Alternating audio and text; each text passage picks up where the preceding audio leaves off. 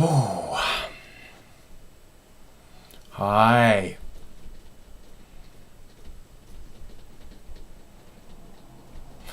Today is a crazy day. Um, so I am wondering, do you guys want to do this? Because if you want to do this, I came prepared. I have a bunch of videos, including a Kennedy video about is Tiger Woods getting special treatment, which I thought was a pretty good video. And Caitlyn Jenner, who is a brave and beautiful woman, is considering a run for the governor of California. So I thought that was very interesting and that you guys might be interested in that. Does the mic sound okay? Where'd everybody go? Where'd everybody go?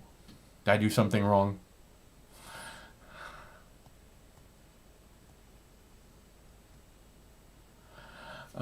Second greatest? Second greatest? What's the second greatest shit?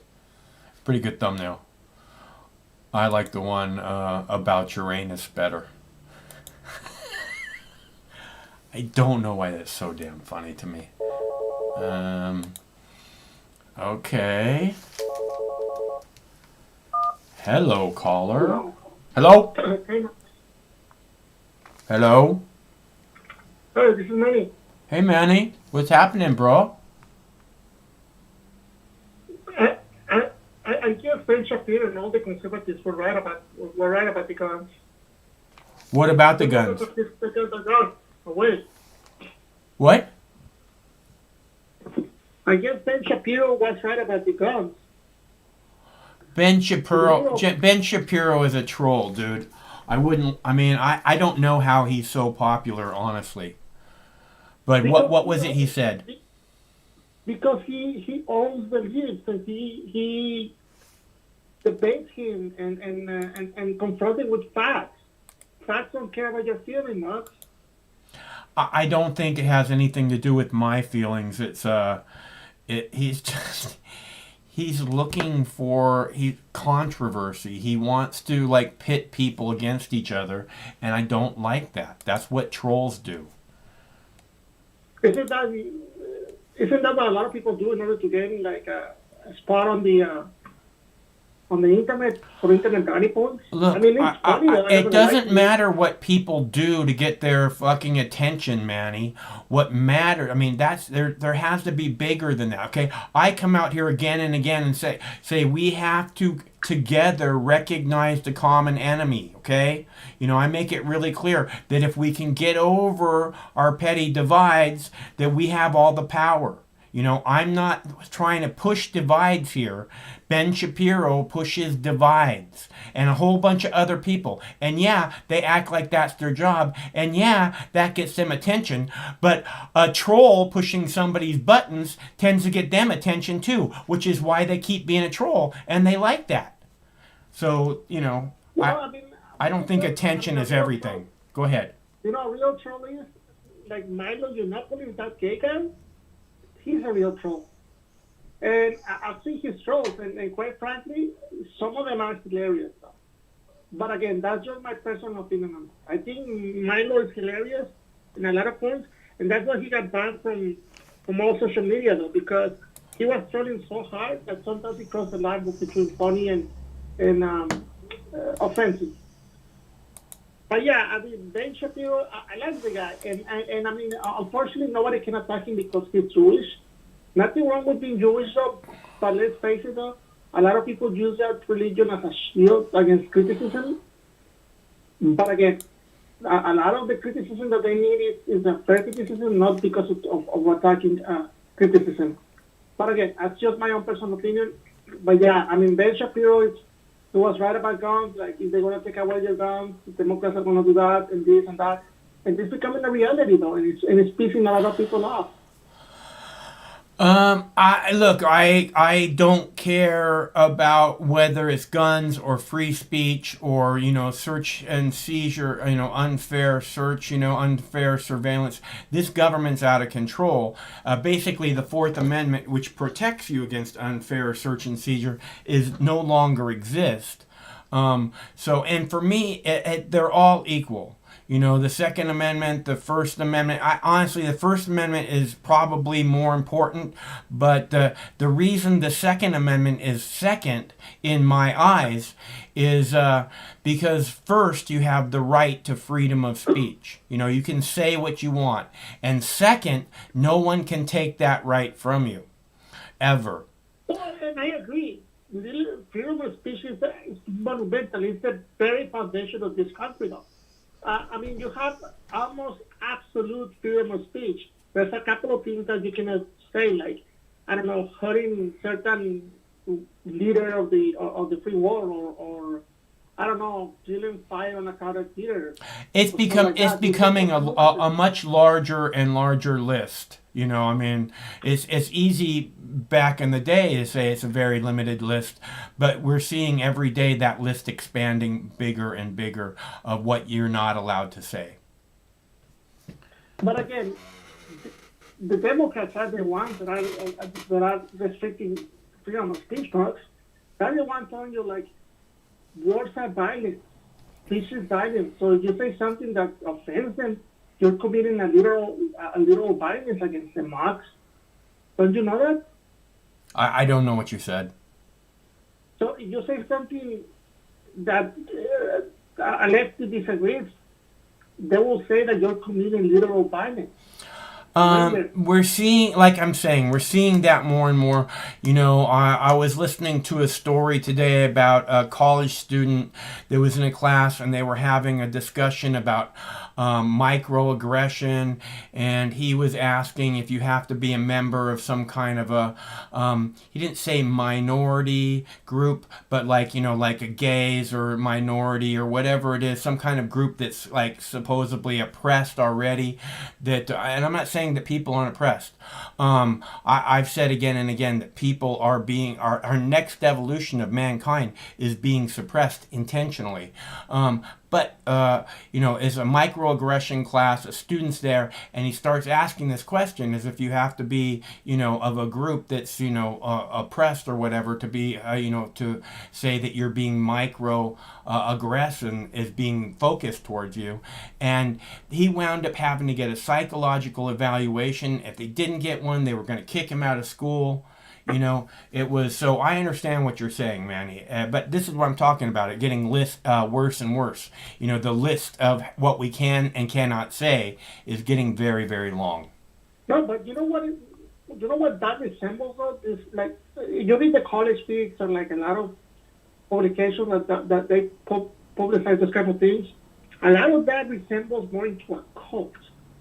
Like, I try to make sense of what the progressives and all these lefties they're trying to make, which is understandable because I want to understand and make sure that maybe a lot of the points make sense, like climate change or like, I don't know, healthcare or stuff like that. A lot of lefty points don't make sense. But as long as you go into the rabbit hole, like the critical race theory, that gender issues and stuff like that, it doesn't make any sense. And it kind of looks like they're following like a cultist behavior. They're like stuck in a cult. There's someone who's telling you, okay, the next cool thing right now is it's about transgender people. If you say the wrong pronouns, that's literal violence, and you should be shamed, you should be punished, you should be canceled for anything. Though. And I think that's very dangerous. I know you're a lefty, Monk. You probably are like an old school classic liberal lefty, though. But if you confront with these people, especially these progressive people, these Black Lives Matter people, these anarchist people who are like super far left, though, they will brand you as the same as Ben Shapiro, man. Hey, look, the Black Lives Matter people that are standing up to the government and demanding that their voices be heard. This is a long-standing, wonderful tradition in America. This is what freedom of speech is all about. So again, when I see the people in the streets, I don't see anything except for Americans. So, and if Ben Shapiro was telling you something else, again, he's being a troll and trying to divide people. Again, I'm saying all I see are Americans when I look at the streets, when I look at the occupation of the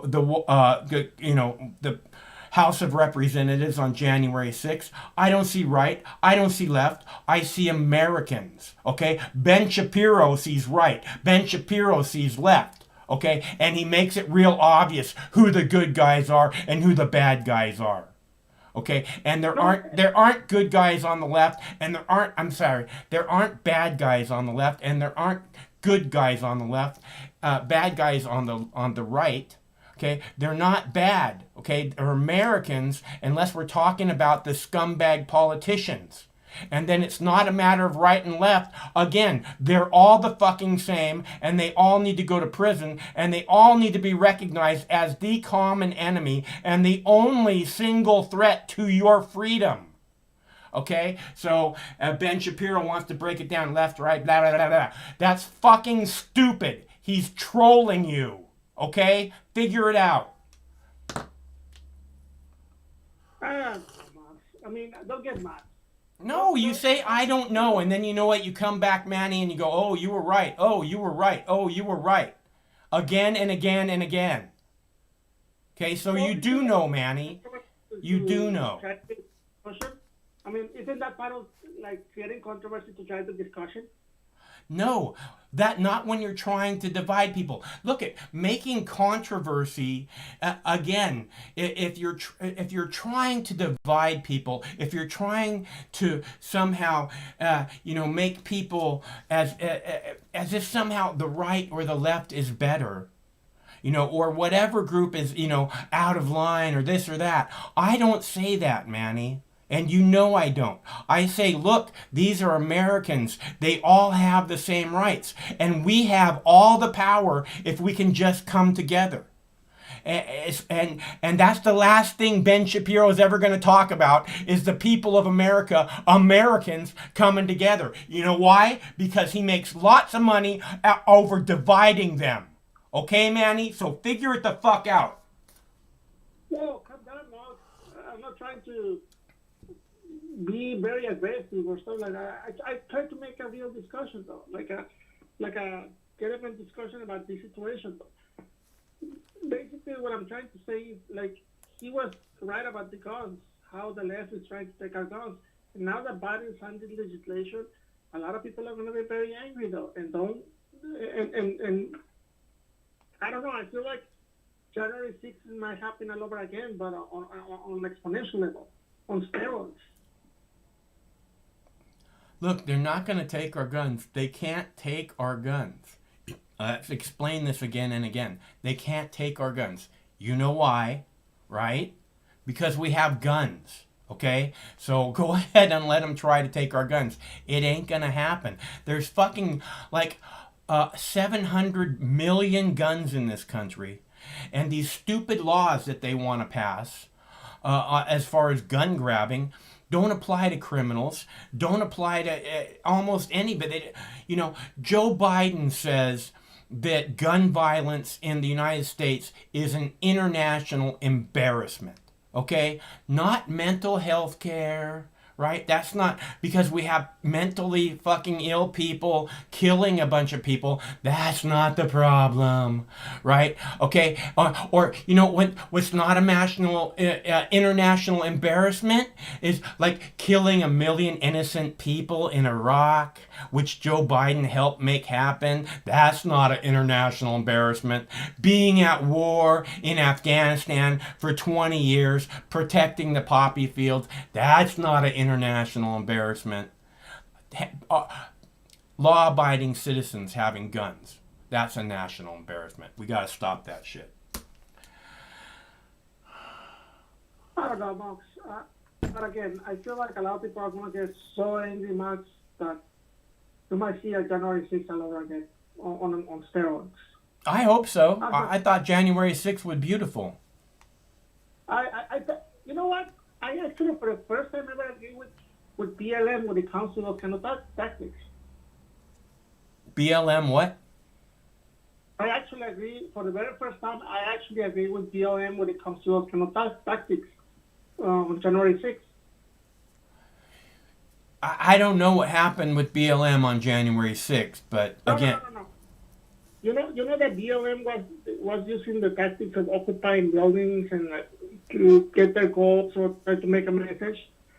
Like these people, the one that stormed the Capitol, they use the same BLM tactics. And what I'm saying is, for the first time ever, I finally agree with the BLM tactics. yeah, well, I think they use the same tactics as the police, right? The police are pepper spraying them, they pepper spray them back. The police hit them with sticks, they hit the police back. Okay? That's what I saw happening, not BLM tactics. It was, there's this thing that I have explained again and again. There's these forces in the universe, and one of them is that for every action there is an equal and opposite reaction, right? So Yeah. if the cops spray pepper spray, the protesters are going to do that back. If they're properly prepared. So it's again, I don't, when the cops stepped out of the way, these protesters were incredibly peaceful. Okay, cops got out of the way. They walked around the Capitol building in wonder. Wow, look at this place. They didn't walk around graffitiing everything, ripping down paintings, toppling statues, setting fires. Yeah, that sounds like domestic terrorism to me.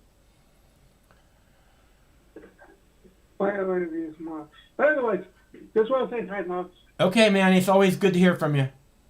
All right, man. Take it easy. Okay, you too. And that's our buddy Manny. And I'm not trying to get heated about anything. I just see, I just see Americans. I don't see right and left. It's like people say, "Oh, I don't see color." When people say I don't see color, it's like you act like you don't want to, but everybody sees that. What I don't see is I don't see left and right, because that's buying into some bullshit divide. What I see is Americans. When they're in the street, I don't care what they're protesting for. I don't care which side they claim to be on. I see Americans demanding that their representative government hear their voices, fighting for change for all of us, right? It's not fight, and it doesn't matter which side they're on. If they're fighting for change and they're willing to go out into the streets to do it, then they're again this proud American tradition of freedom, and they're fighting for all of us, no matter what anybody else says. They're fighting for freedom, and I can't see anything more beautiful than fighting for freedom. Or important. I mean, I'd really like to see a new infrastructure project. I'd really like to see, some kind of importance put on, making, this world the beautiful blue-green jewel that it was intended to be. But what I see is a continent of plastic floating out in the middle of the Pacific Ocean, and absolutely no one doing anything to try and clean it up. And that's really disgusting. So let's see. Okay, so one of these things that I want to talk about is, and I will have the Cody Wilson on video in a little bit, talking about the ghost guns and all of that. Cody Wilson was one of the people, one of the main people who brought this, printed gun technology to the forefront of the discussion. He's a very, very interesting guy. Again, somebody who believes a lot in freedom. And I posted, I don't want to say numerous, but at least a few, 5 or 6 videos of him speaking in the past. You can type it into the Mox News YouTube page and you will find them very easily. But before that, I want to talk about the shootings. There was 2 shootings today that took place, right? That the news made a big deal about. And One of them was this morning, and then one of them was this afternoon, which seems very convenient for framing the Biden, we have to do something about the gun violence. Seems really convenient, right? Coincidence? You guys know how I feel about coincidences? I think not. But regardless, this clip I'm about to play, you can hear in it, they're talking about this Texas shooting that just happened, and what the reporter says is very, very important, which I put at the beginning of this clip. She says the shooting event was over before police arrived on the scene. Okay? So again, we have a crazy person because it's, you got to be crazy to shoot unarmed people. You got to be crazy. So we have a crazy person. Again, gun violence, U.S. gun violence is an international embarrassment, right? Not mental health care. You have a crazy person with a gun who shoots up a bunch of people. The reporter says the shooting event was over before the police arrived on the scene. Now, we have to take away the guns from all law-abiding citizens. All non-crazy people need to turn over their guns right now, because when seconds count, police are minutes away. And this is the reason people want to have guns in this country, because the shooting event was over before police arrived on scene. Okay? When seconds matter, police are minutes away at best. I'm going to play that clip for you now and understand why people are, Biden doesn't want people not to have guns. Kamala Harris doesn't want people not to have guns. Don Lemon doesn't want people not to have guns.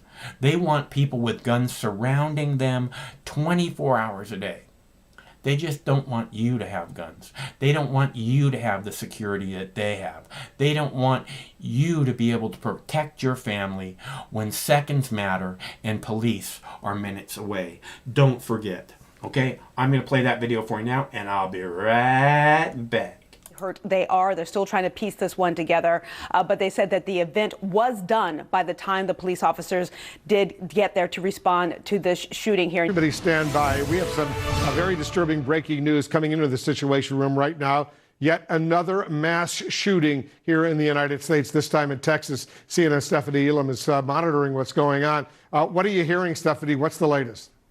Well, this is what we know right now, and this is happening in Bryan, Texas, which is northwest of Houston by a couple of hours here. We know that there was an event that happened that police responded to after it was done. We know that 6 ambulances were on scene and that several victims were found injured this afternoon. It's not clear yet the number of victims or the conditions of these victims right now. It's not clear. We do know that some of the victims have been transported out to the hospital, but they're trying to piece together exactly what has happened here. They're saying that they're talking to witnesses. They are talking to employees to figure out what's happened. They don't have a description of the individual behind this event right now, but we're just still getting preliminary information here. And again, we know that 6 ambulances have left from this location. Still not clear, though, how many victims are hurt and how badly hurt they are. They're still trying to piece this one together, but they said that the event was done by the time the police officers did get there to respond to this shooting here. And you're going to see some images of what it looks like not too long ago there in Bryan, Texas, Houston, near Houston, I should say.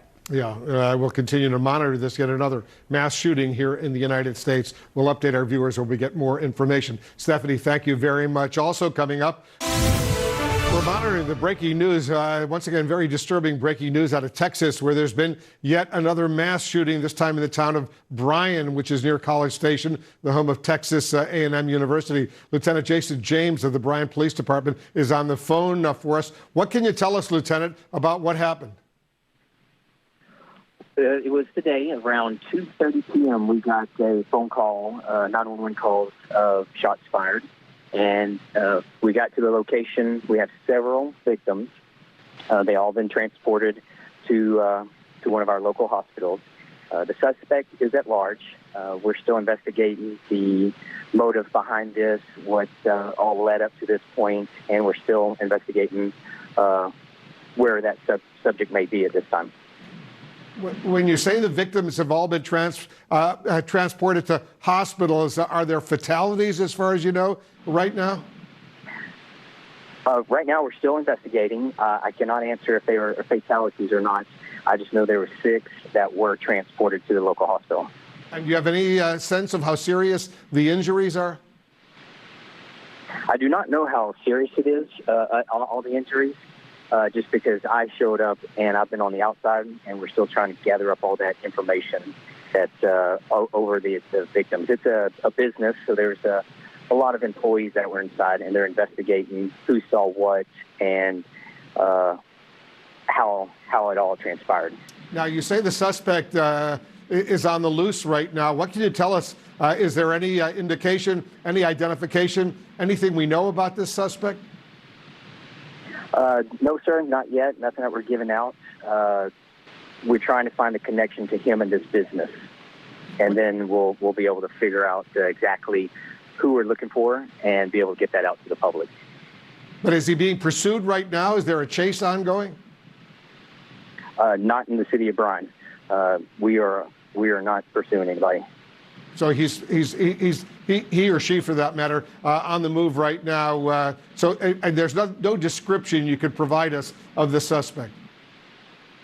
Correct. We have no description of him. He is not in this location, and so I figured he's on the move somewhere, and we're trying to track that down and disseminate that information of what vehicle we're looking for, and if we have a name that might be able to provide to the public. So what you're saying is that, just to recap, Lieutenant, that 6 people were shot. They have been transported to hospitals in the area right now. We don't know their condition. The suspect is on the loose, is out there at some point. Where did all this take place, the shooting? We have 6 injured. I can't say that they were actually all shot. We have 6 injured that were transported, and we're at 350 Stone City Drive in the industrial park of Bryan. So this took... All right. So last I had heard, the shooter had been apprehended, so you guys know. I'm going to have a bong hit, so if you'd like to share one with me, follow me, and do exactly as you see.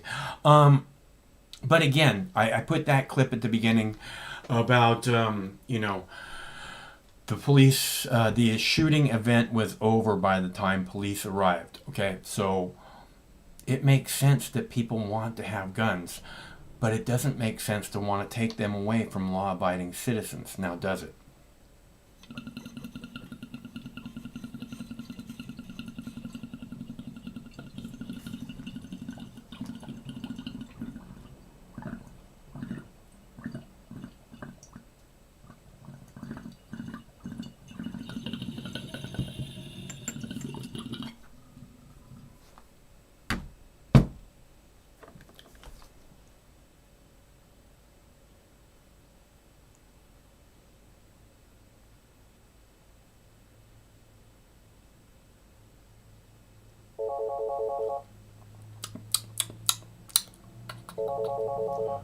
Almost tastes like cookies. Hello, caller. Michael. Did you hear Dr. Whisper last night? No, what was that little fucking cunt saying? Talking some shit as he does. Little cunt motherfucker. Yeah, he was talking about you and Chris from Olympia and the things you two do to each other. Oh, I'm sure he was. Well, he got fucking butthurt because I probably made him cry. I probably said something that hurt his little feelings. He'd get all mad and call in and talk some shit like a little bitch. You're probably right. He's a little fucking cuck boy. Who gives a fuck what he says? That's what I'm saying. I've said that again and again. What did he do? Did he call in pretending to be me? He did. He totally was pretending to be you. He's like, Michael. He does a very good impression of me, The singing part was pretty good, but then he started to sound all like flaming homo kind of, so it didn't really work after that. He likes to do that. He likes to give me a gay accent. I don't know. I'm a little effeminate sometimes. What can I say? I was raised by a lot of women, so what the fuck. Nice to have women around. Oh, God bless women. They're just the best. What's up, you fucking cunt? I am doing this thing that I do. What are you doing? Huh? What's up with you? You still on vacation? Yeah, bro. Milking this shit for as long as I can. Excellent. That's what I say. Stay on the dole forever. Well, I don't know. It's like, I don't want to have too much of a gap in my employment because employers don't really like that. And Maybe I kind of not. do want to get back to work because, not working is kind of fucking boring, and I kind of like working a little bit. I never thought I would say that shit. Well, but there's when you like your work, you kind of don't mind it. It's not just that. As there's like a certain camaraderie that you get at work. Like there's a hierarchy, and you're kind of like everybody's against the hierarchy or whatever it is. There's or you're all working hard on the same project. The same goals, that kind of thing. So there's a lot of camaraderie that goes along, and I can see how people miss that a lot. Yeah, uniting against the management is always great, and just social interaction in general, which I'm not getting a lot of right now, which kind of sucks. But whatever. With the plague and everything, it makes it really difficult, huh? Nah, it's all good. I'm still getting out there. I'm fucking starting a band again, dog. I got my old homies back from back in the day, starting a fucking punk rock band, dog. Yeah. Taking some fucking Well, that's what I was telling you. You said I'm moving to Massachusetts. I'm like, what? I thought you were getting a band back together, dude. Well, I can still move, dude. Massachusetts and Rhode Island, it might as well be the same fucking state. It pretty much is the same fucking state. Same accent. We should just, yeah, it's all the same fucking shit. We should just merge Connecticut, Rhode Island, and Massachusetts into one fucking state. I don't think Connecticut's gonna like that very much. Well, fuck them, and they can fuck them. But Rhode Island and Massachusetts, there's so much like overlap between Rhode Island and Massachusetts. We really may as well just be the same fucking state. It's ridiculous. But yeah, dude, fucking getting back, reuniting the old homies, my old high school band. I'm fucking getting back. Not like anyone gives a shit, but no, that's awesome, trying to dude. get back into the music and trying to trying to keep myself fucking busy and shit. Yeah, last time I talked to you about it, I was saying I wish Craig would get his high school band back together. He had he's a drummer. Drummers are crazy.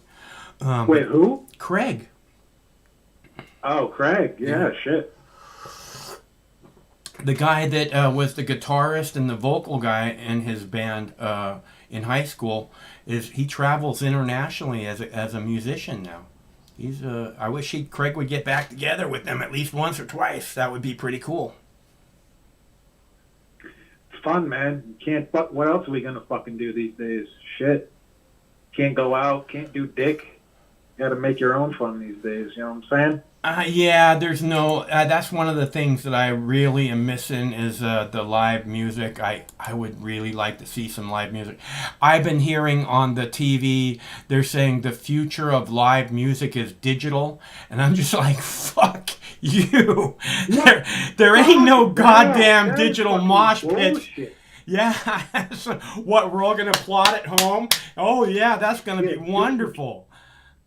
I'm gonna do a digital fucking stage dive, a digital front flip into a fucking crowd. Fuck that. It's some fucking gay shit. That's some bullshit, dude. Fuck Gay that. or whatever, it's some bullshit. I'll tell you that. Yeah, no one's gonna. People are still having fucking shows. People are like, fuck you. We're gonna have a fucking show. Fuck your fucking quarantine. Suck my cock. We're gonna fucking go out there. This is like a hardcore show. There's a lot of hardcore festivals and shit where people are like, fuck you. We're gonna fucking go out and do it. Yeah, well, that's good. I hope that, look, I hope that like summer there's going to be some concerts, but you're not going to have to show some kind of vaccine certificate, or you're not going to have your temperature taken, or like some kind of COVID test that says you're negative. I mean, if it's that way, we are in a medical dictatorship at that point. So there's gonna be a fucking nah, dude. That shit ain't gonna happen. we'll There's see. going to be a fucking revolt if that should happen. You know, passports to other countries are one thing, but, you know, if it's within the United States and they're trying to do shit like that, where they're, like, doing contact tracing, all that shit, it ain't going to happen, bro. People are going to fucking lose their shit if they try to do that. I'm telling you, it's going to fucking spark a fucking civil war if they try to do that shit. Yeah, Ain't I gonna mean, happen, the dude. gun control is the same thing. You know, it's definitely going to push some people over the top, and a lot of people. So, and again, that's why I try not to divide, is because we have to recognize each other as, you know, neighbors and such, as opposed to the enemy, because your neighbors are not the enemy. You know. Yeah, that's a good point. But I don't necessarily think, because, you know, there's some people that identify with the right and there are people that identify with the left, which is bullshit. It really is. It's the establishment against the people, as we all know. But no, I don't think that it's because they see a profit in it. You know, they see an audience that they can capture if they just say the right things to that audience, as opposed to, you know, trying to say, no, we're all the same. Is like everybody's going to go, fuck you, because they're all bought into this division. But I'm sorry, I didn't mean to interrupt. Go ahead. I don't know about that. I think some people just buy into the programming, and you know, I listen to, dude. It's very hard to find unbiased media these days. It's You know, it's I pretty think much you're actually one of impossible. the few. That's why a lot of people like you, Mox, is because you know, you don't buy into the programming. But there are people that identify with left and right, and they make valid points. You know. I'm not saying they don't I have wanna- points. You have to make points, because otherwise, everybody will catch on to the fact that you're just a troll, right? So you have to have some validity to what you're doing. But if you're pitting American against American, you're a fucking troll, and I just want to make that clear, because it doesn't matter. I It don't does. necessarily agree with that. I don't know. I mean, if we're talking about BS in particular, I think he's more reactive to the division. I don't think he necessarily is a cause of it. I think he more reacts to like the censorship wokeness nonsense, which is why some people kind of appreciate what he does. But it does irritate me, because he does buy into the programming, and he is somewhat of a divisive figure. But I he's think- very smart and Yeah, well read. that's Well what I was going to say. which Is I why- think he's very smart, and he does it. He's almost a good showman. But the problem is, again, he acts. You say that he acts like he's upset about censorship or whatever. I'm upset about censorship. I've been screaming about censorship, but long before there was a YouTube. But my point is that he doesn't scream about the right censoring anybody. He only screams about the right being censored. You know, That's a completely valid point. this is where I'm talking about the division. He acts like one side is a good side and the other side is a bad side, and I don't do that here. I see them as completely equal. I don't think that's because he's complacent in some type of agenda. I think he just is, you know, he's just a right. He's like a businessman. He's fucking right. Absolutely. That's how he sees things. I don't think No. like, He's not trying to right. manipulate You had it. He's a businessman, and he sees an opportunity in being this divisive troll. Because so many people are buying into that at this point. So he sees like a huge audience that he can tap into. Because well, okay. I mean, I'm not Hey, going look, to man. continue to push The left and right whole fucking divide exists. It exists. You know, like that's just the fucking world that we live in. You know, It there's just a lot of exists. people that are just It jaded exists. by that shit. It exists, or it's been programmed into people to exist. It's not the reality, but for whatever reason, they've been misled and divided into the smallest groups they can possibly be divided down into. So, but the You're reality, absolutely right, but just because people are misled doesn't mean that they're necessarily, doesn't mean that they're not right from time to time. Like I like listening to Ben Shapiro talk about, calling out the woke fascists and their fucking censorship shit. He's great for that, but he talks a lot of shit about the left, and he talks a lot of shit about Noam Chomsky, who's a great guy on the left, and he talks, and which I don't like, but you don't have to fucking agree with everything he says. But but like I said, he raises valid points, and I like the people on the left. There's people on the left that make valid points. So-called quote unquote progressive people on the left that make valid points, that talk so much shit about conservative minded people, like they're fucking they just you gotta because they see an audience there. They just see the opportunity to make money there. Again, I didn't say anything about whether Shapiro's. I don't think it's necessarily all about money. No, dude. It's just I these people didn't believe listen. this shit. It is money. It's absolutely money. Okay, you have to make money. That's how they get into those jobs, because that's what they're all about, is making money. Okay, so, but number one, you said it's not a matter of. You said Shapiro is right about a lot of things. I never said that he wasn't right about some stuff. Okay, what I said is he's completely divisive. And that is again, just because he sees an audience there, which gives him an opportunity to tap into lots of money. Just like fucking Rush Limbaugh, who is banging hookers and fucking, strung out on Oxycontin and talking about how fucking junkies need to go to prison forever. Okay? That sounds like fun, banging hookers and doing oxys. Shit. Yeah, that sounds like fun, but Rush Limbaugh's not going to say that, and you know why? Because that would lose Rush Limbaugh a lot of money. So he acts the other way and says bullshit like junkies need to go to prison forever, while he's popping $100 a pill Oxycontin and banging hookers. I mean, it's fine for you or I to do that if that's what we want to do, but we're not going to stand up in front of millions of people and act totally fucking hypocritical. We're going to stand up in front of people and go, fuck yeah, I'm banging 7-gram rocks and fucking porn stars all night. Right? Yeah, well, people got to make a living, Max. No, not by dividing Americans. People gotta play the game. I mean, you can't. No, you they can't don't. I don't play the game. I don't play the game. Yeah, well, some people gotta play the game, man. No, they choose to play the game.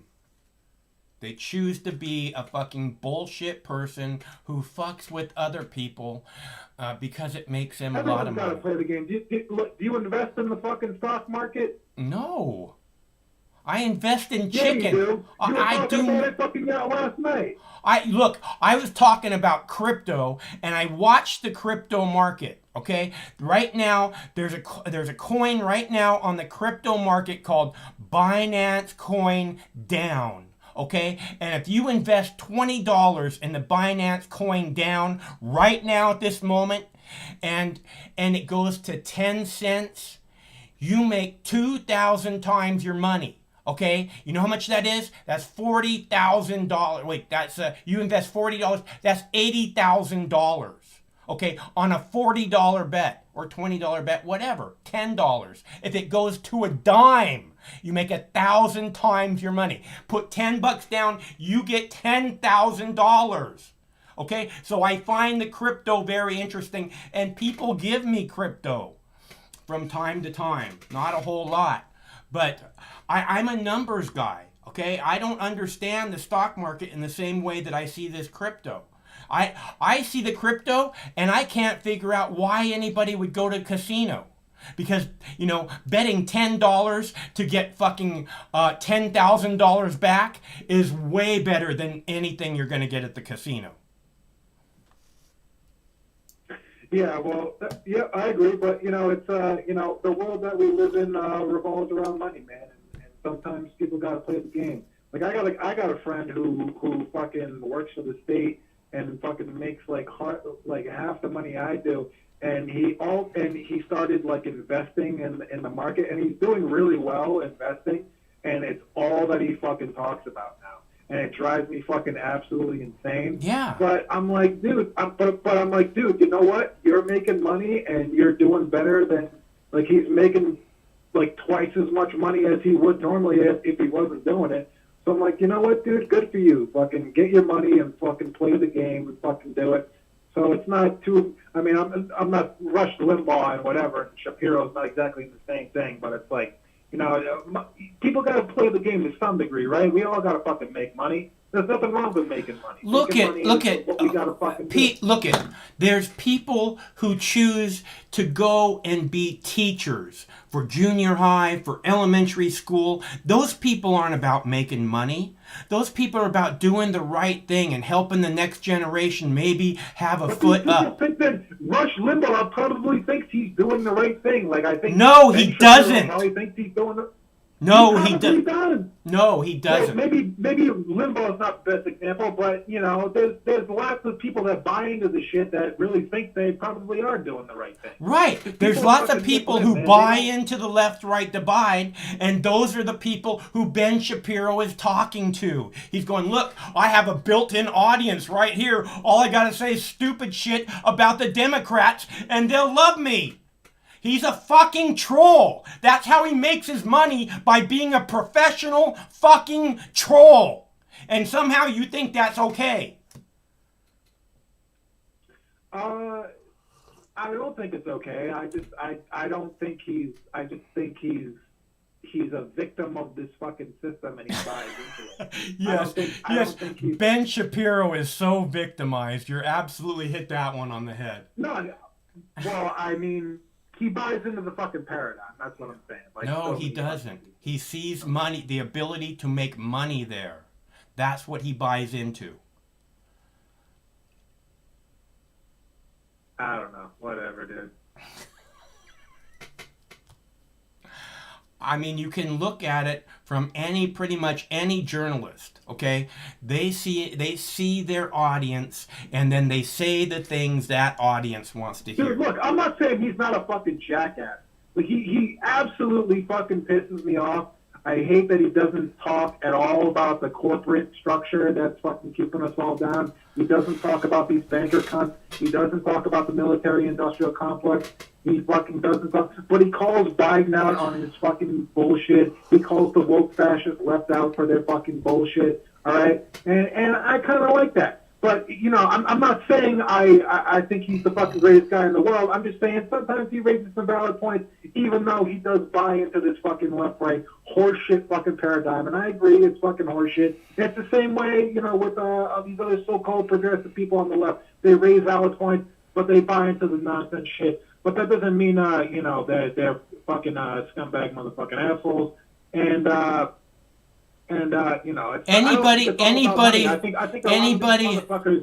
anybody who's purposely misleading the public is a scumbag motherfucking asshole. They don't know that they're misleading people. I think they really believe a lot of this shit. Look it. I was riding in the car with my mom. She used to listen to Rush Limbaugh. I heard Rush Limbaugh explaining to his audience the reason that there's no fish in the polluted parts of the river is because the fish are smart enough to stay away from the polluted parts of the river. Okay. Okay, and I looked at my mom and I said, do you think fish are smart enough to stay away from the polluted parts of the river? And she said, I don't know. And that's what people like Ben Shapiro do to people. Okay, so I think that is being a motherfucking scumbag asshole. I'm sitting here defending Ben Shapiro like I'm some Shapiro fanboy, which I'm really not. I just don't think he's as evil as you think he is. Maybe he's not conscious of how that he's buying into the bullshit. I think that's maybe part of it. again, it's this audience thing, Pete. They see a captive audience, and all I have to do is talk shit about the Democrats. How hard is that? And they'll love me. They'll be buying every fucking book I write. You know, you get this, right, Pete? Yeah, I understand what you're saying. I just don't agree with it. But you know everything, Mike, don't you? You know everything. I just know, I focus on trying to stay aware of what's happening and sift through the bullshit and not try and fucking mislead people. Okay? That's what I really try to do, Pete.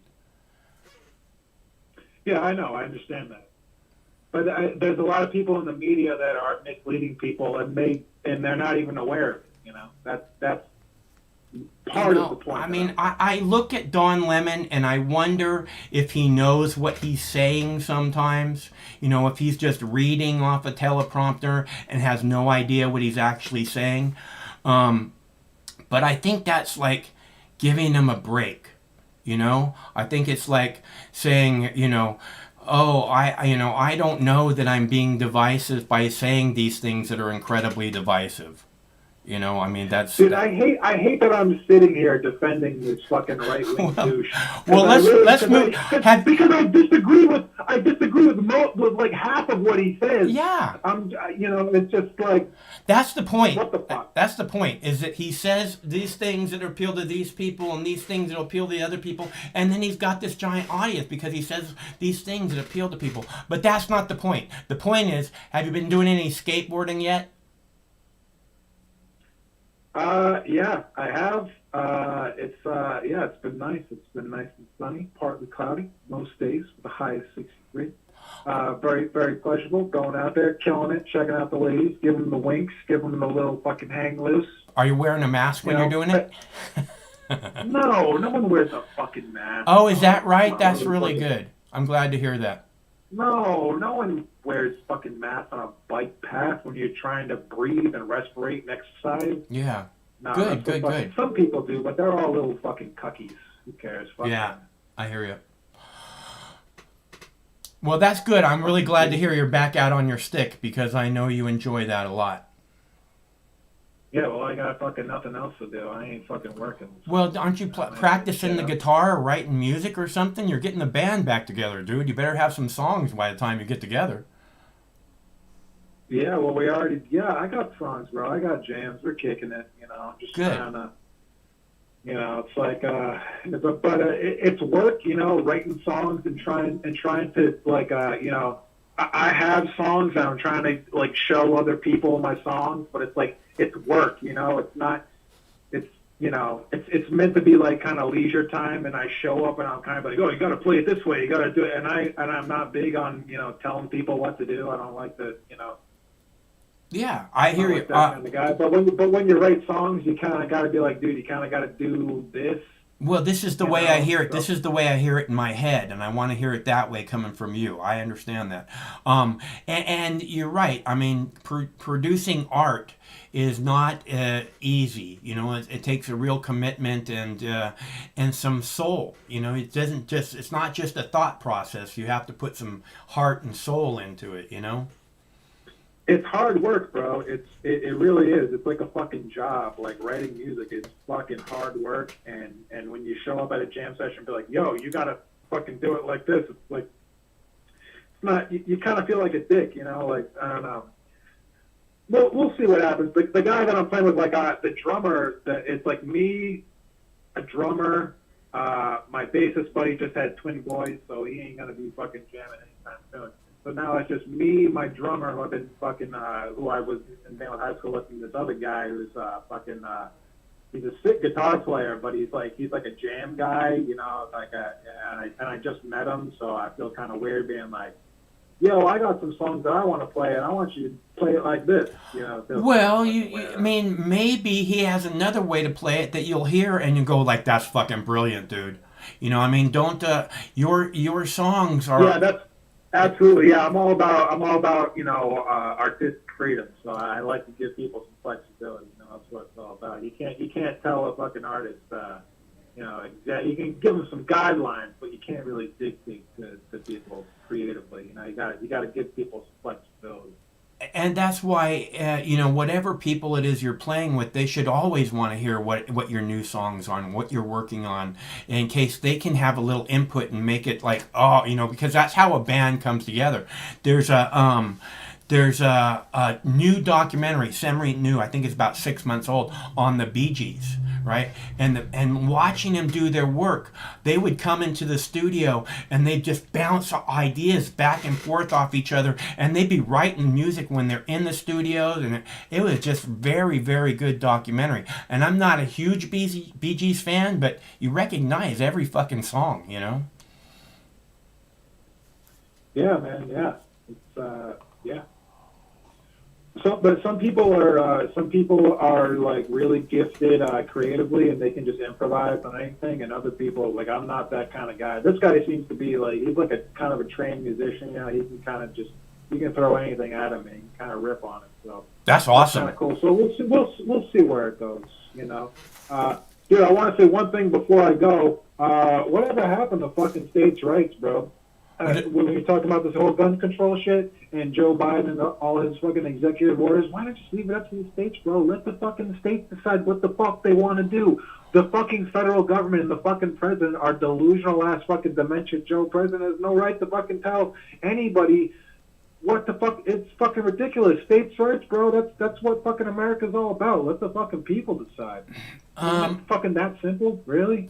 Excuse me. I think bullshit. I think that I don't know where these people are coming from. Like I said, it's not that they don't want people to have guns, because they have people surrounding them 24 hours a day with guns, and they want that.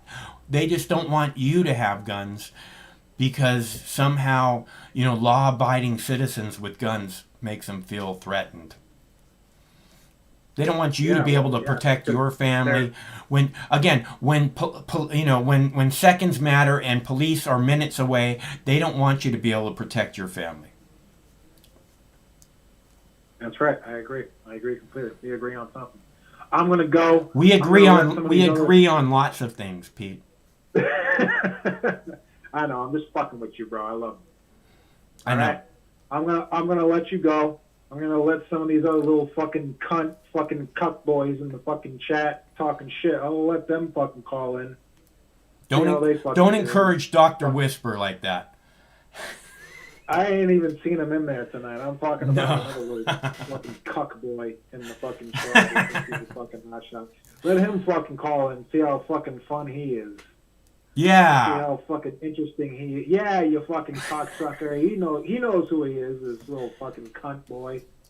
Cunt boy. You call right in, cunt boy. I'll be happy to talk to you. I meant to say cuck boy, but I said cunt boy. I like cunt boy. That sounds like a superhero name. Cunt boy. Big C on his chest. Yeah, let him fucking call in. Fucking dude. More like a sucker. Anyways. He said he's gonna call in and just talk about me the whole time. So go ahead, motherfucker. I'll listen. I got other shit to do tonight, but maybe I'll listen on the playback and see if he fucking calls and cocksucker. Anyway, praise Allah, blow your mom and fucking eat out your dad, and fucking I'll talk to you later. All right, Pete. It's good to hear from you. And again, I am investing in chicken. In the freezer, because that's what I can afford. But I think this Binance coin down, trading volume is pretty high, and the Binance coin, when it first went live, went crazy. I mean, I was telling Craig at like $11. I was calling it the Beyonce, which I do stuff like that because I think it's funny, like. The Dodge, I call the DOG. But I was calling it the Beyonce, and they're like, I have no idea what the fuck you're talking about, Beyonce coin.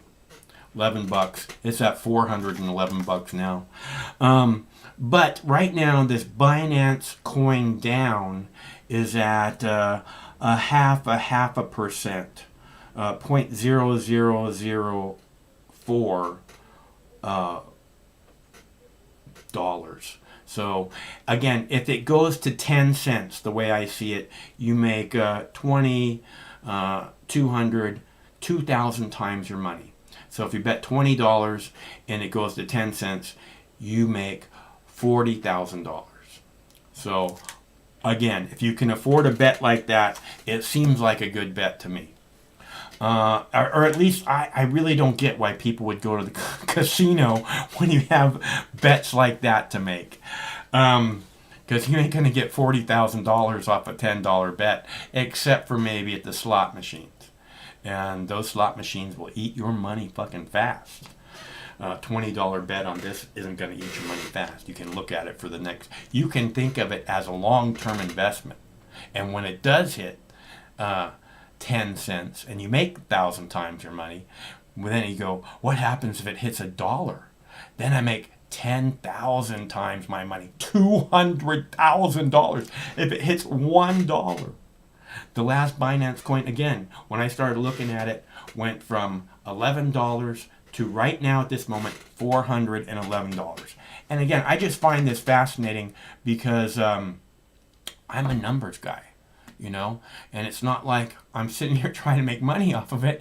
I'm just going, wow, man, why the fuck would anybody go to a casino when this right here is just sitting here waiting for you to throw your chip down on that one?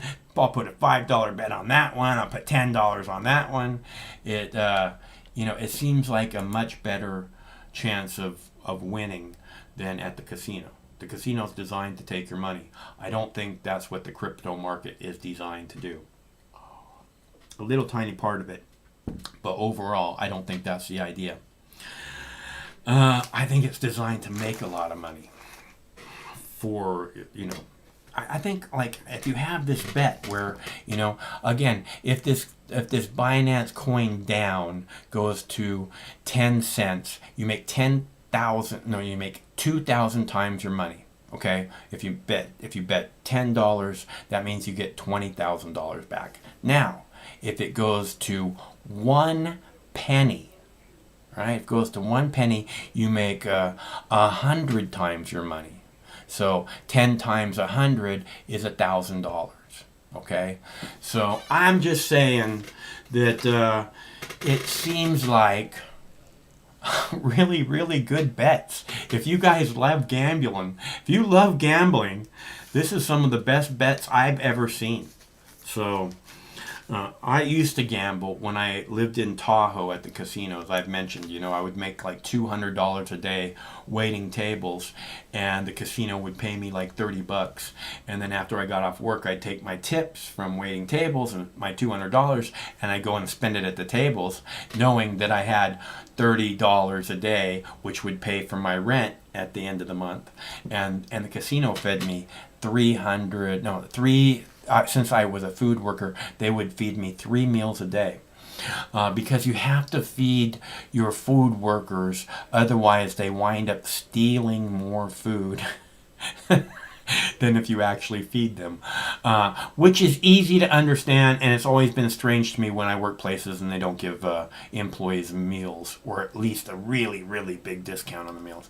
But I digress. I get my $200 waiting tables, and then I take it to the tables, and the casino would pay me $30 a day. So it was like I was paying the casino $170 a day to work at their casino, which is not a good plan.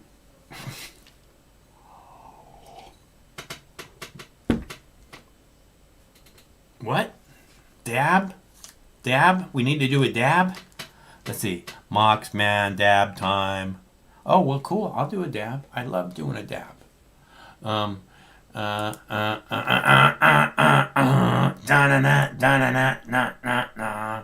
Right on. That's very nice of you. I will get a dab ready.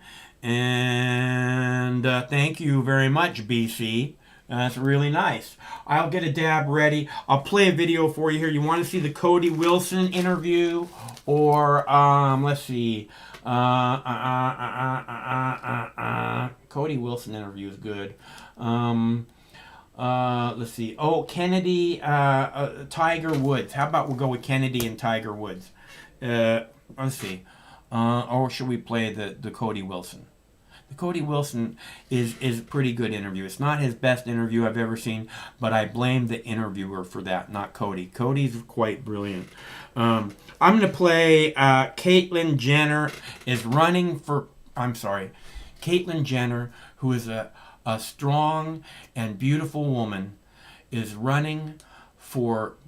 considering a run for governor of California. And I thought that this is extremely pertinent information for you all, so I wanted to make sure you heard about that. And I will get a dab ready for Mr. Bullcrap. Thank you very much, BC. We're anticipating that they've got the signatures. The Republican effort to recall California Governor Gavin Newsom may have just gotten a shot of energy. It's me. Axios reports Caitlyn Jenner, known for winning a gold medal during the 1976 Olympics and her role on Keeping Up with the Kardashians, is considering a challenge to Newsom.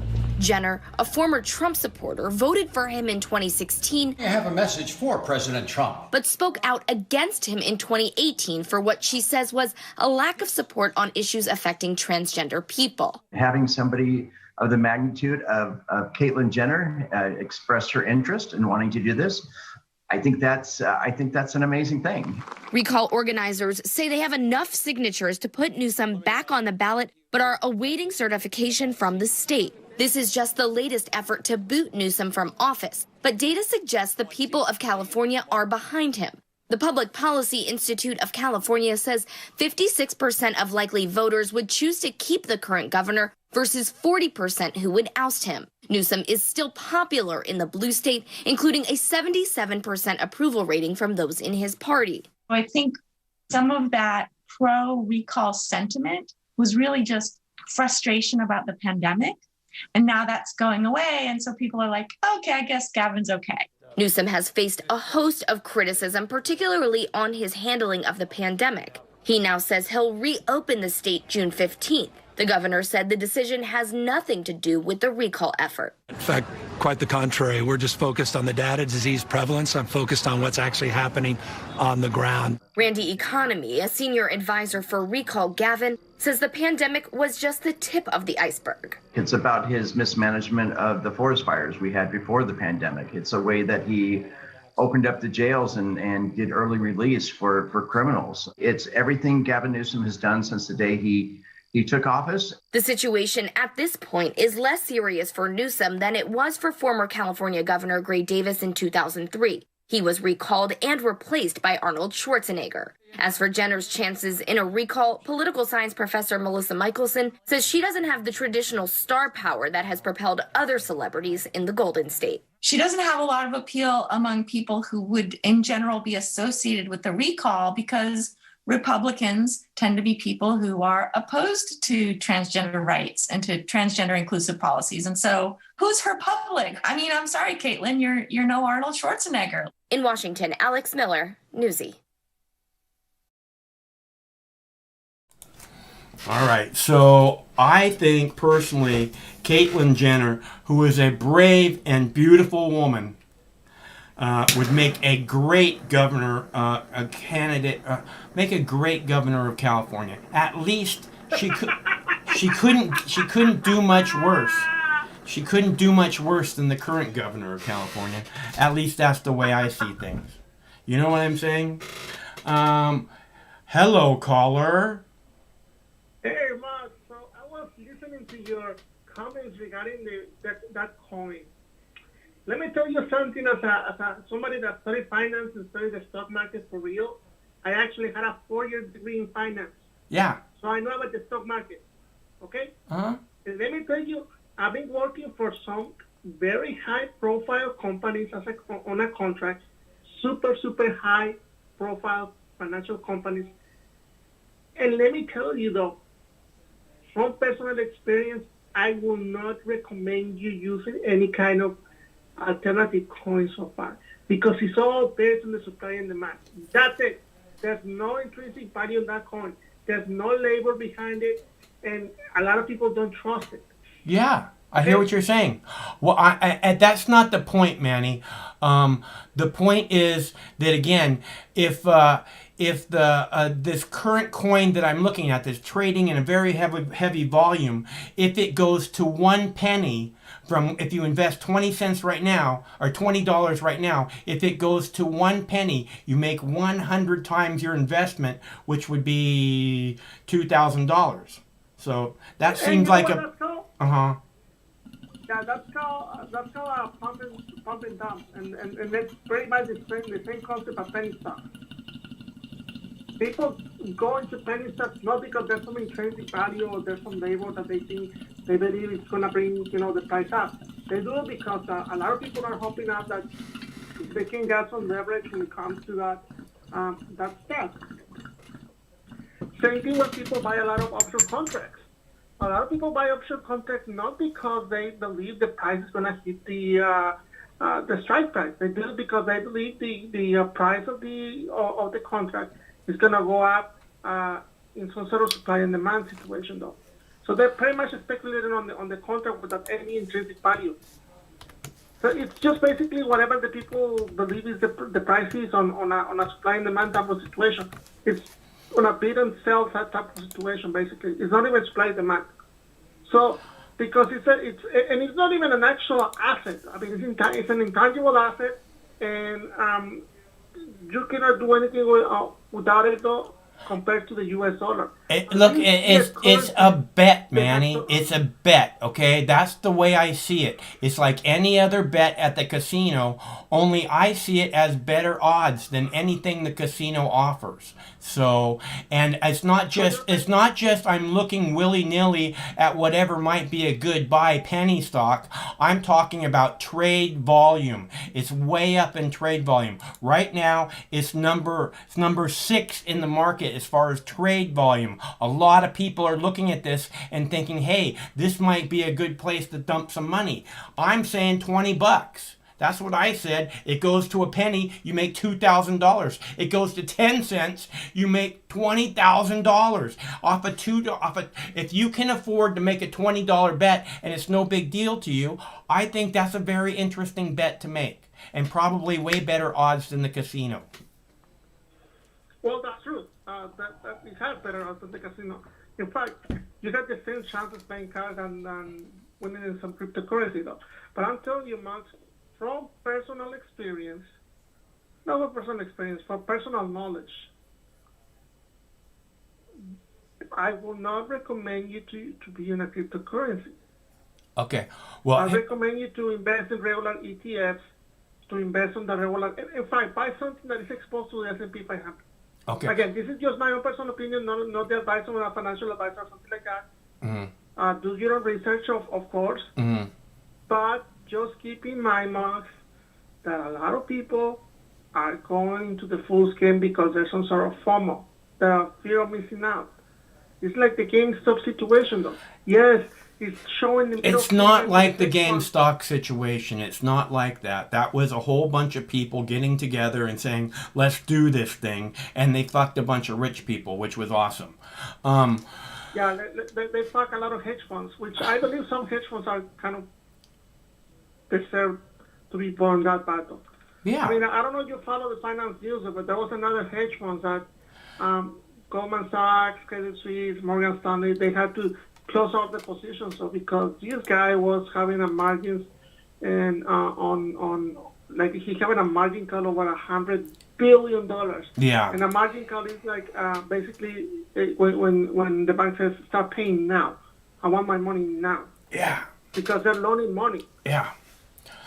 All right, Manny. Well, I look at and also that's not the only thing that I see going on with the crypto, okay? Also what I see going on with the crypto is that if the economy crashes, I don't think the stock market's going to go up. But the crypto will, because that will be the dollar crashing and everybody will be looking for a safe place, and the crypto will be like, it will be something that won't crash with the dollar, I don't believe. But at the same time, even more so, it will go way up compared to the dollar. So if the dollar crashes, which everybody says is coming, I believe you told me recently is coming, that the crypto, like if the dollar crashes, let's take the Bitcoin, right? Let's take that for example. Bitcoin, if the dollar crashes, is going to go through the roof, at least $200,000. Okay, because the other money's not worth anything anymore. So, and here's the other thing: if there's a terrorist event, again, I don't think that's going to help the stock market, but it's going to make the Bitcoin go through the fucking roof. So, and what I see again is these other opportunities there, where you could take $20 and maybe make $200,000. And that's what Elon Musk was talking about a couple of months ago. But I think I pick better than him, so you know.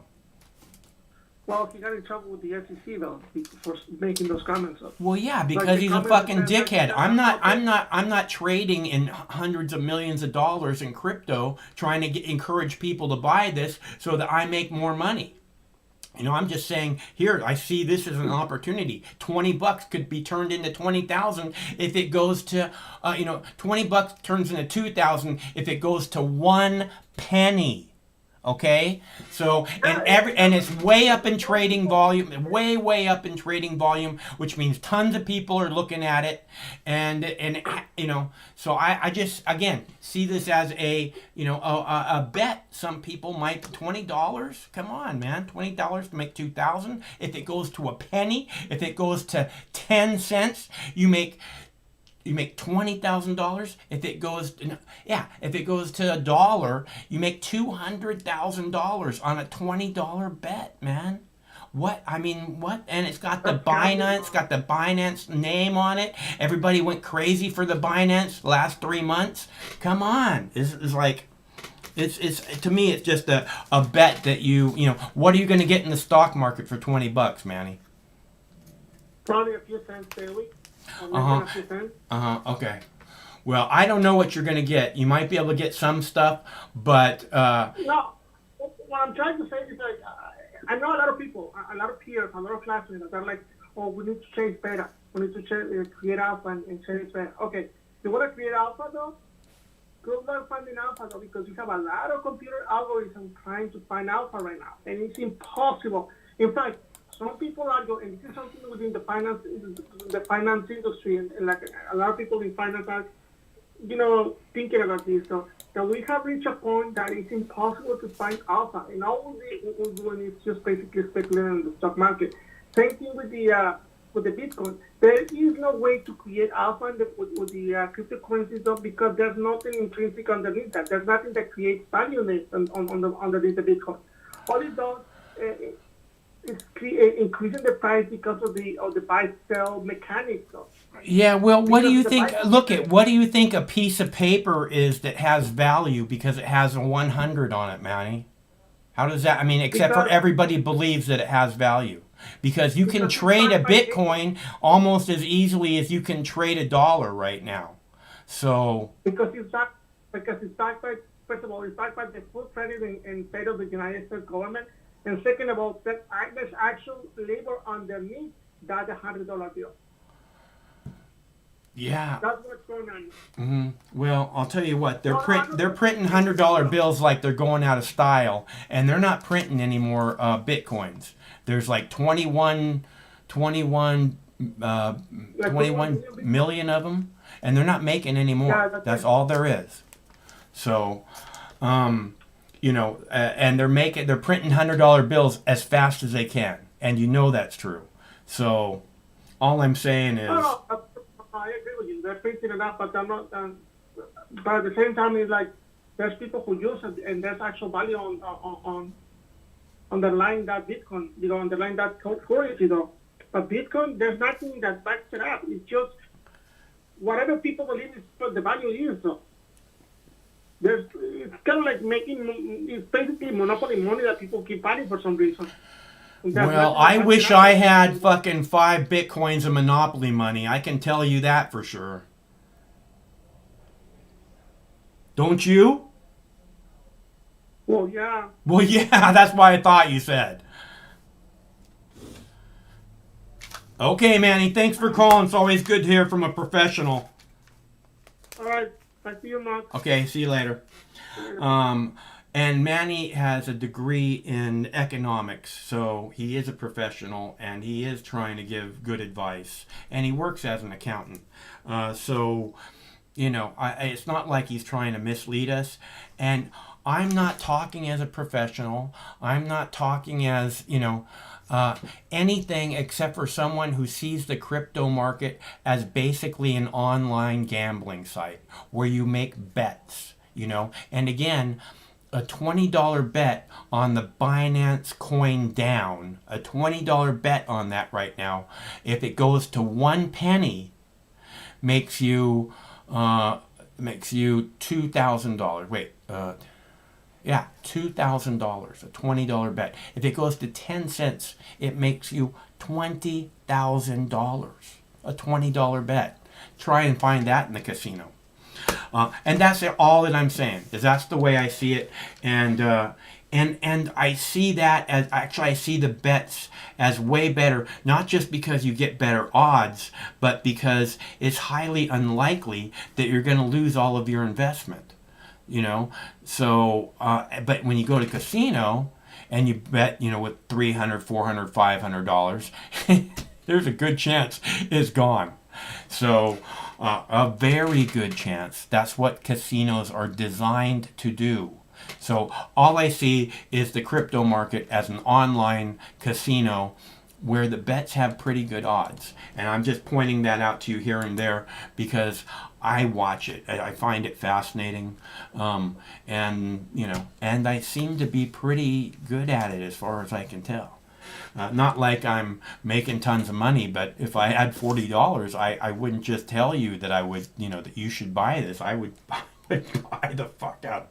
$40? Are you kidding me? All right, I'm going to play the Cody Wilson video now. You guys ready to hear Cody Wilson on gun control? I think that's a good... Oh, wait. Jackie Cat wanted to see Kennedy, so I'm going to play the Kennedy. Kennedy talking about if Tiger Woods is getting special treatment just for our lovely Jackie Cat. Right now, I'll be back in just a sec. Well, closer to home now, excessive speed is the official cause of Tiger Woods' dramatic February car crash. Investigators saying today he was driving at least 87 miles an hour. Jonathan Hunt is in Los Angeles tonight with the details on the investigators' findings. The LA County Sheriff's Office on Wednesday officially confirmed the cause of Tiger Woods' car crash. Primary causal factor for this traffic collision was driving at a speed unsafe for the road conditions and the inability to negotiate the curve of the roadway. Investigators examined the black box data recorder from Woods' loaner 2021 Genesis SUV on March 1st. It is speculated and believed that Tiger Woods inadvertently hit the accelerator instead of the brake pedal. Authorities say they did not examine Tiger Woods' phone, but given the speed, even if Woods had been distracted, it would only have been an associated factor, not the primary cause. And they said there was no evidence of impairment from drugs or alcohol. There was no odor of alcohol, there were no open containers in the vehicle, and there were no narcotics or any evidence of medication in the vehicle or on his person. Woods told officials he could not remember the moments leading up to the February 23rd crash in Southern California when he struck a raised median, crossed through two oncoming lanes, and hit a tree. The golfing legend was seriously hurt and is now recovering from multiple surgeries to repair his leg injuries. Woods released a statement Wednesday thanking first responders and supporters and saying, quote, "I will continue to focus on my recovery and family and thank everyone for the overwhelming support and encouragement I've received through this very difficult time." The sheriff said the body camera footage from the first deputy on scene, will not be released. Woods will not be cited for any violations. Tiger Woods was speeding more than 40 miles per hour over the speed limit when he lost control of his car, almost killed himself and other people possibly. Investigators today releasing a new report on the crash. They found no signs of impairment. They're not going to file charges, but they also never tested for drugs or alcohol. Is Tiger getting special treatment? Let's get into it with the host of Fox Across America on Fox News Radio. There he is in person, Jimmy Fallon. Oh, there it is. Dude in Tokyo. Hey now, nice to see you, baby. So this whole thing has been crazy. It was the craziest coverage. Everyone thought that Tiger Woods was like breaking news. Tiger Woods been in a crash, and it's like, oh my God, this is it. This is how it happens. Can we just jump in? I love that the sheriff said there's no sign of impairment. There's a car upside down in the woods. Like, aside from the car, this is like a fire chief saying, you know, other than the tank of gas and the matches, there were no signs of arson. I don't know why we would check here. That sheriff got Nikes for life. Like, you know this is true. Yep. Tiger was like, hey, man, don't judge me until you've walked a mile in my shoes. No, seriously, these are my shoes. You and your family can wear them for the rest of your life. Walk a mile, walk 15, as 20 many miles. miles as you want. I mean, I drive you, but obviously you don't want that. But no, this is insane. But also, if someone's had a fairly recent DUI, yes, and has very publicly talked about his struggles with the drugs and the pills. Hey, you leave me out of this, okay? Let's get back to Tiger. No, but there's a real point to that. Is not only did he have a recent DUI. I'm surprised you didn't wear the green jacket.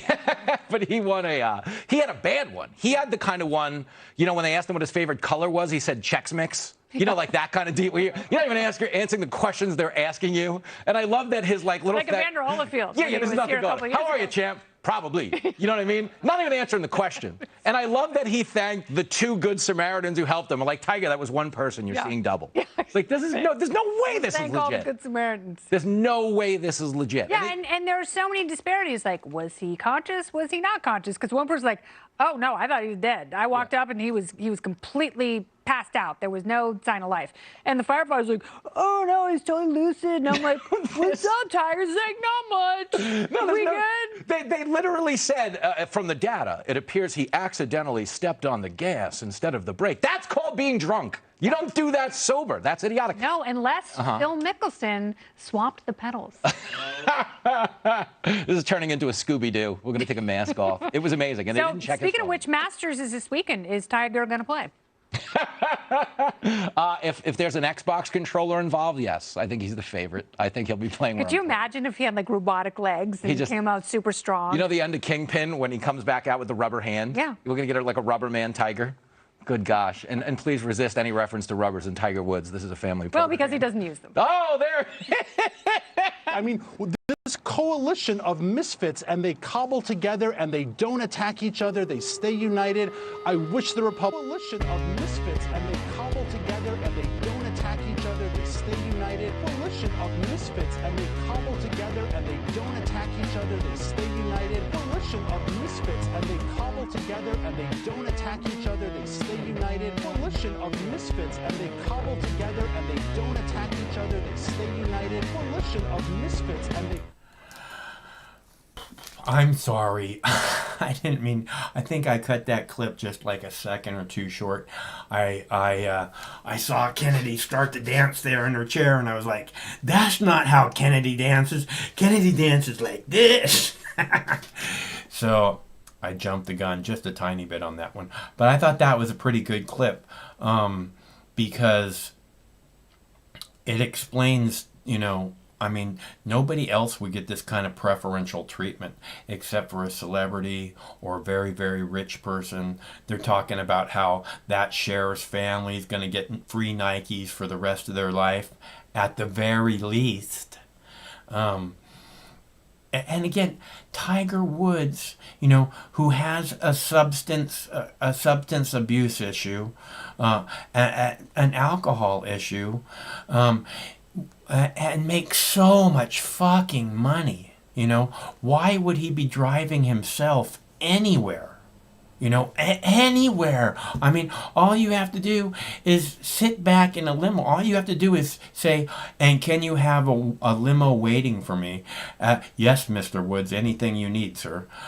You know, now, maybe if you're driving your new Ferrari, you know, I can see how you might want to do that. Your new Bugatti. I mean, he could drive anything he wants. But why would you drive unless it was something like that? I just don't really get it. Especially when you know you've already fucked up a couple times driving. Why wouldn't you get, this is going to fuck up my life if I keep doing it? Don't drive. You don't have to drive anywhere, ever. I will not get that. Unless, of course, he's going to get more drugs and hookers or something, and he doesn't want a record of where he's going. But you would think he's smart enough to know everywhere you go with a cell phone, they know where you're going. And, of course, they track known drug dealers and everyone else. Celebrities. They like to get the dirt on celebrities. You know, politicians. Okay, so that was the Kennedy one. Did I have another Kennedy one? Ooh, I have another Kennedy one about gun rights.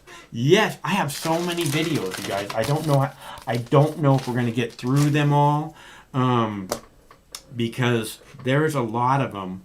And somebody was just calling while I was down heating up my tea. So if you'd like to call back, I'll be happy to talk to you. I just I was heating up my tea and I couldn't get back to the phone quick enough to answer you. And if anyone else would like to call, there's the number right there on the screen is 805-669-6397, 805-MOX News. I'd love to talk to you about anything. Tiger Woods, crypto, gun grabbers, you know, constitutional rights, all those kind of things. Freedom, you know, very fun topics. Or maybe we should talk about playing the white privilege card, because you guys know how much I love playing the white privilege card. I'm going to play the white privilege card every fucking day for the rest of my life. Trump won the election. Among the suspects' possessions, this is real, a white privilege card. I want you to take a look at this. It's a fake white privilege credit card. Subtitle, Trump's everything. The card holder, scot-free, with 2 T's. Scot-free is actually spelled with 1 T, but, you know, 2 T's on that card. That one piece of evidence, an insight into the man's state of mind, that he can get away with anything because of his skin color. His lawyer saying this to CNN. This was a guy simply... This is real. I love how he says this is real. People say, I'm not going to lie to you. So what, were you just lying a minute ago? This is real, people. Unlike all the other shit that I've told you in the past, this is real. A fake white privilege card. Again, I question whether Don Lemon knows what he's saying half of the time, but I have to believe that he does know what he's saying. He does know that his job is to be divisive. He does know his job is to mislead you, confuse you about what the facts might honestly be. Hello, caller. So, if the white privilege card is real, though, why I haven't seen any white privilege going on so far? I don't think there's a white privilege. I think there's a rich privilege.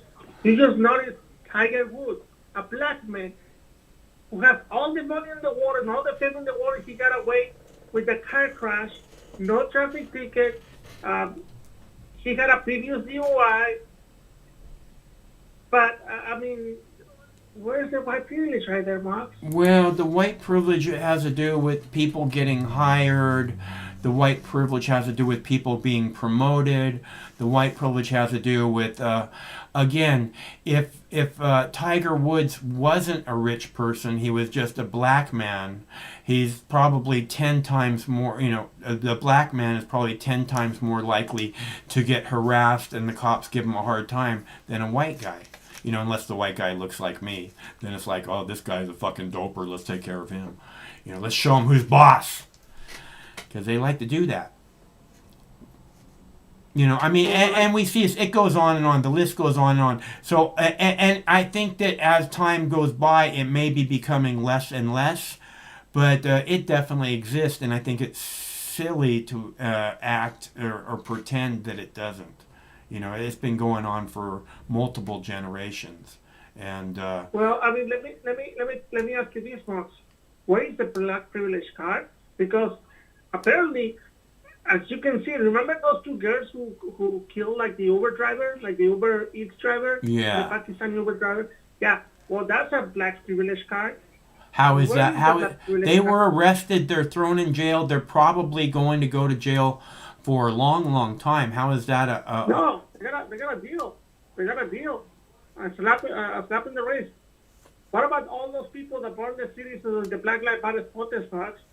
Where is that the minority card? And apparently, if you're a minority, though, you're a BIPOC, quote unquote, you can go and apply for other places, and they can hire you right away. I mean, if you apply to, I don't know, Coca-Cola or Goldman Sachs or whatever, one of those companies that promote diversity, though, if you're in the right color of the skin, they'll let you in, though, as long as you are an oppressed minority, quote unquote. I don't know that that's true, Manny, and I'm not saying that it's not true either. I'm just saying that there has been for generations a genuine white privilege, and but I agree with you about the rich privilege thing, and I talk about it again and again. The rich never have to pay a price. You know, they get handed fucking everything to start with, and then Congress has to do everything in their power to give them a break when they already have fucking everything.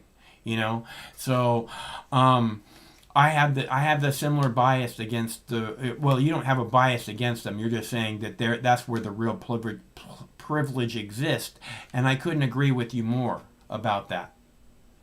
Yeah, Bob. Because I find it offensive that apparently you can tell a nation and that he is white adjacent though when he's poor, or I find it highly offensive that apparently Serena Williams or Oprah Winfrey is more oppressed than a homeless veteran guy. Come on, Mark. Vanessa Williams or whoever, Serena Williams, whoever it was, he said, she is not oppressed any more than Tiger Woods. So, for sure. Exactly. Yeah. Exactly. But and still the media treat her like she's we have to use gloves on them. We have to use again, Manny, we already had this discussion. The media is there to divide, okay? Like Ben Shapiro is talking to this side where he sees his built-in audience, and fucking Oprah Winfrey is talking to these people where she sees this built-in audience. Okay, so it's this division bullshit that works for people that are super rich. That's why Ben Shapiro does it. That's why Oprah does it, because it makes them money. Makes them money, though. But what about the real people that suffer? What about the poor white man that, I don't know, he doesn't have a job though because they're giving it to somebody else who doesn't deserve the job, or I don't know, because the company that they're working on, they're in the diversity initiative that is affecting all these people though. Look, man, I think you're suffering from some kind of Munchausen syndrome, and you might want to find out if it's true or not. But again, I don't think that that people are being I don't think that white people are as villainized as you want to believe. Okay, I think that there's some kind of a backlash going on, but again, if you're a decent person who doesn't want to point guns at protesters because you're terrified of protesters, if you're a decent person, a human being who understands, hey, these are Americans in the street, that you're not going to be like this privilege thing. You're going to be one of these people. I don't have any kind of privilege, but I mean that has something to do with the way I choose to live my life and the way that I choose to have my appearance. Because one of the examples I can give you is that when I go in the Nordstroms, when I go in the Macy's, to look for a pair of shoes or whatever, just go with somebody else. I, within just a few steps, have a store detective following me everywhere. I mean, they're obvious. You can see them. So what I'm saying is, I imagine a lot of black people experience something very, very similar, as opposed to some white lady who walks in there and she's got, the perfect dress on and the perfect high heels on and she walks around, whatever. And I'm telling you something, a lot of those white ladies fucking steal. Because I had a stepmom, and we could not go out to dinner. We could not go to any restaurant without her taking a set of silverware, or multiple napkins, or salt and pepper shakers, or ashtray. She always took something. Okay, so it's not like the black people are more likely to be this way. I don't think so. So again, that's this white privilege thing that black people really don't get. They don't have. Hey Manny, I gotta go. I got another caller. Okay, I talk to you later. Thanks for calling. Bye. Hello, caller. Wait. Hello, caller. Hey, Mox, what's up, man? It's Brandon. How you been? Hey, Brandon. Long time no talk to. You know what? I went back home to Tennessee for the holidays. Right on. And it was my son's birthday, my mother-in-law's birthday on the same day. Awesome. And all the grandkids came over. Right on. That sounds awesome. That sounds great, dude. Oh, it was. Yeah, it was. Yeah, oh yeah. It's all. It's like when you get around family for a limited amount of time, it's cool. Yeah. You know what I'm saying? Yeah, I hear you. I understand completely. And, yeah. Yeah, and then by the time you get back home, you're like, I can't stand none of them. my friend Sam, right? He hasn't gone to visit his mom for a while, and he went down this Easter, but he says he can only stay there for like a week. He can only take it a week, and it's in Southern California, right? So he flies from Seattle down to Southern California for a week, and then he comes home for a week, and then he's going back to Southern California because his mom needs to see him longer than that. But he can only take it for a week at a time. So. Yeah, again, yeah, man. But yesterday, I got vaccinated through the VA, and my arm didn't fall off. So I was excited about that. First shot? First shot, or? Yeah. First shot. The Pfizer shot is what where I'm here in St. Louis was doing for veterans, and I will say this. They had everything set up nice, very easy, wasn't confusing, and there was veterans from all ages, from like young men, young women, to senior citizens. Of course, guys with walkers and wheelchairs. Did they call you and set up an appointment, or did you just walk in, or did you call them? No. Well, I got I got a text from the VA because they got, they text me first. Yeah. And I responded to the text the wrong way, and so, but then they mailed a letter out, and I called the number, and I scheduled it that day. Well, I scheduled it the day before, and she locked me in at like 9:45, and she said, well, what time you want to go? And I'm like, well, this time. And she goes, well, is that because of your work?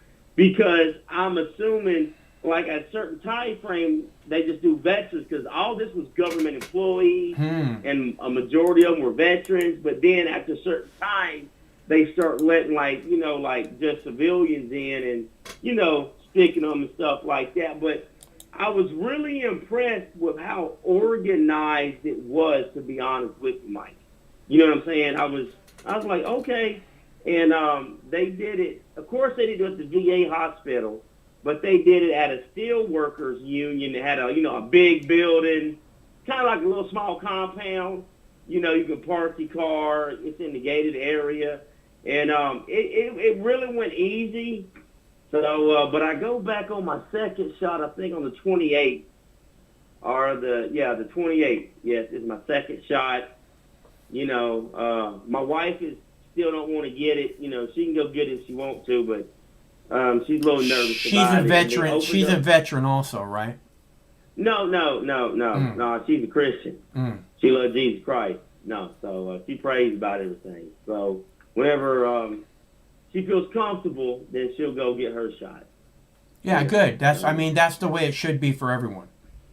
Yeah, exactly. Yeah, you know what? It seems like it seems like just a lot of talking narratives about, hey, you got to have a card or whatever. I don't see that never happen on planet Earth, you know. But yeah, man. Well, they're definitely working on it in Europe, dude. It's looking like, I mean, there's no doubt that they're pushing it over there, and I see constant stuff in the news about it here, like, yeah. Yeah, but see, Europe is like America because Kentucky would be considered a state, and so would Kentucky and Europe would be considered a country. Yeah, so I hear would you. Tennessee, Ohio, you know, Right. it's all connected. Yeah. You know, and whatever the fuck they got to do ain't none of my fucking business, and I don't give a shit. You know what I'm saying? Mhm. But that talking narrative is there, but it's very, it's kind of like. The reason why nobody want to go get the shot is because people don't trust government. Now, if you look at like 9/11, for some, you know, when that happened, people trust government, and then they seen how government overreached into our freedom. You know, with what, you know, Snowden said and put out there, or you got to take your shoes off, get on a fucking airplane. Yeah. And you know, and the fear mongering of it, and then you look at, well, there's no weapons of mass destruction, and then when people started realizing what the fuck was going on, and again, it's just like a lot of people just don't trust government, you know, and they don't trust government with really good reason, you know. Oh, it's exactly 100% right, because government has just shit on people, and there's a small percentage of Americans who can do whatever they want, and that's it. You know, if you're very wealthy or very well connected, you can get what you want at the snap of your finger. You know, if you're a politician, if you're like you said, very wealthy, head of a big company, you know, any kind of well-known figure, a celebrity, you can pretty much you know, get what you want. And what I'm saying is, you kind of get a get out of jail free card, basically. Yeah, because certain things are just took care of, and they can be horrible things. You know, I mean, you can just use the Catholic Church as a prime example with. I like Jeffrey Epstein. Children. I like Jeffrey Epstein better. Oh, well, you know what? Ask Matt Gaetz, because now they investigating his trip to the Bahamas. Well, you know, Matt Gaetz, look, Matt Gaetz is being persecuted. I'm not saying he didn't do what he didn't do. What I am saying is that it's interesting that he started like talking about what a piece of shit Liz Cheney is, and then all of a sudden, because you know, you don't talk shit about Liz Cheney, don't talk shit about Dick Cheney, because they're the #1 profiteers off of fucking the events of 9/11, and you don't want to go there, do you? You know. Well, this is the way that I look at certain things. If you want to be creepy, then go be creepy, but don't be a politician. Just be the creepy guy that works at, I don't know, Best Buy or whatever. Yeah. You know, and I don't know what the fuck he did. I'll never give anybody a pass, you know, when it comes to something like that. Like I told you, I got $4. Mm-hmm. But at the same time, it's kind of looking like how the Republicans have thrown the governor of New York up under the bus, just how these Republicans are throwing Matt Gaetz up under the bus. Well, you know, they're like, you know what? Honestly, that's the only thing that makes sense. Like, why would you, or you know, and listen, man. There's not a governor in America who didn't try to hide the numbers of anything or lie to anybody about some form of something that went down with COVID, period. Because it's going to make them unpopular. And I'm not a Cuomo fan. I've never lived in New York. I've been in New York one time for one day. I caught a train up there from Jersey. Yeah. And that was it. Right, I hear you. It was like, and I was walking around from Penn Station, just seeing the sky rises downtown in Manhattan, where where all the tourists go, and that was it. I don't give a fuck about what that guy's got going on and what he's doing. It's not my state. It doesn't affect. It's not about 360. I mean, I don't think that's why he got in trouble in the first place. I mean, he got in trouble because he's sexually harassing coworkers. Very much younger coworkers. But all of a sudden for that to come out, listen, there's a rhyme and a reason for like, if someone, and this it's how I look at it, Mike. Right, that's the way I look at the Matt Gaetz thing. For this to come out all of a sudden, is. But my point about bringing up Cuomo, well, you brought up Cuomo, but my point about pointing out that it's these women that keep coming out and saying he did this, he did this, he did this, that made me feel sexually harassed. When it comes to Matt Gaetz, I haven't seen anybody coming out saying, that somehow Matt Gaetz was, Matt Gaetz did this, or Matt Gaetz did this to me, or Matt Gaetz made me feel this way. I mean, I don't like the guy at all. I think he's incredibly douchey. But I haven't seen that when it comes to Cuomo, woman after woman after woman has come out to say, and much younger than him have come out to say, oh, he's 60-something, and you know what? That's a workplace where someone just can't go to work and just do their job. But you got a creepy boss that wants to walk up to you and ask you about. Have you ever thought about, messing with an older guy? Or right. About messing with whatever, right? Yeah. That right there itself just tells you that obviously he did it before. Right. And he thought he could get away with it. Yep. But what's really ironic is that whoever he pissed off is the reason why all these people are coming forward.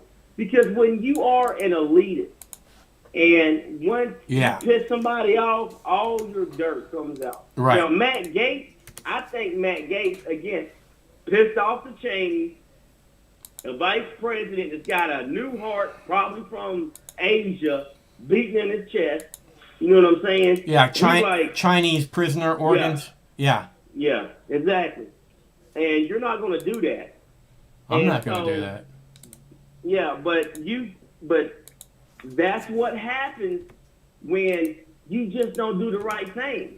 Do what's right when no one's looking. And so many people get caught up in that power thing, blah, blah, blah, blah, blah. And I think that's what happened to Matt Gaetz. And I don't know if he's guilty or not, but it seems like he's in a world of trouble. Yeah. I think his boy's about to snitch on him. It sounds like it. Yeah, it sounds like it. And at the end of the day, he gonna have his day in court. We'll see. I mean, a lot of these people, like when it comes to like Al Franken, right? Al Franken didn't do a fucking thing, and he told a joke. Yeah, he told a joke. He told a joke and posed for a couple of stupid pictures, But he didn't actually do anything, and they drove him out of the fucking Senate. Mm-hmm. Yeah, listen, I subscribe to his podcast channel, and I listen to his podcast, and he has really good podcast channel. Right on. And he has real people that come on there and talk about real issues. And he doesn't agree with everything that they say or whatever, but what I will say is there's a reason why that happened to him was maybe the really, really, really smart people said, wait a minute, we don't want that guy in charge of X, Y, and Z. So let's get rid of him. Yeah. And it's kind of like with Gates, with the Republicans like, no. Because now they're trying to, I don't know how they're going to deal with Donald Trump or how they're going to get rid of him.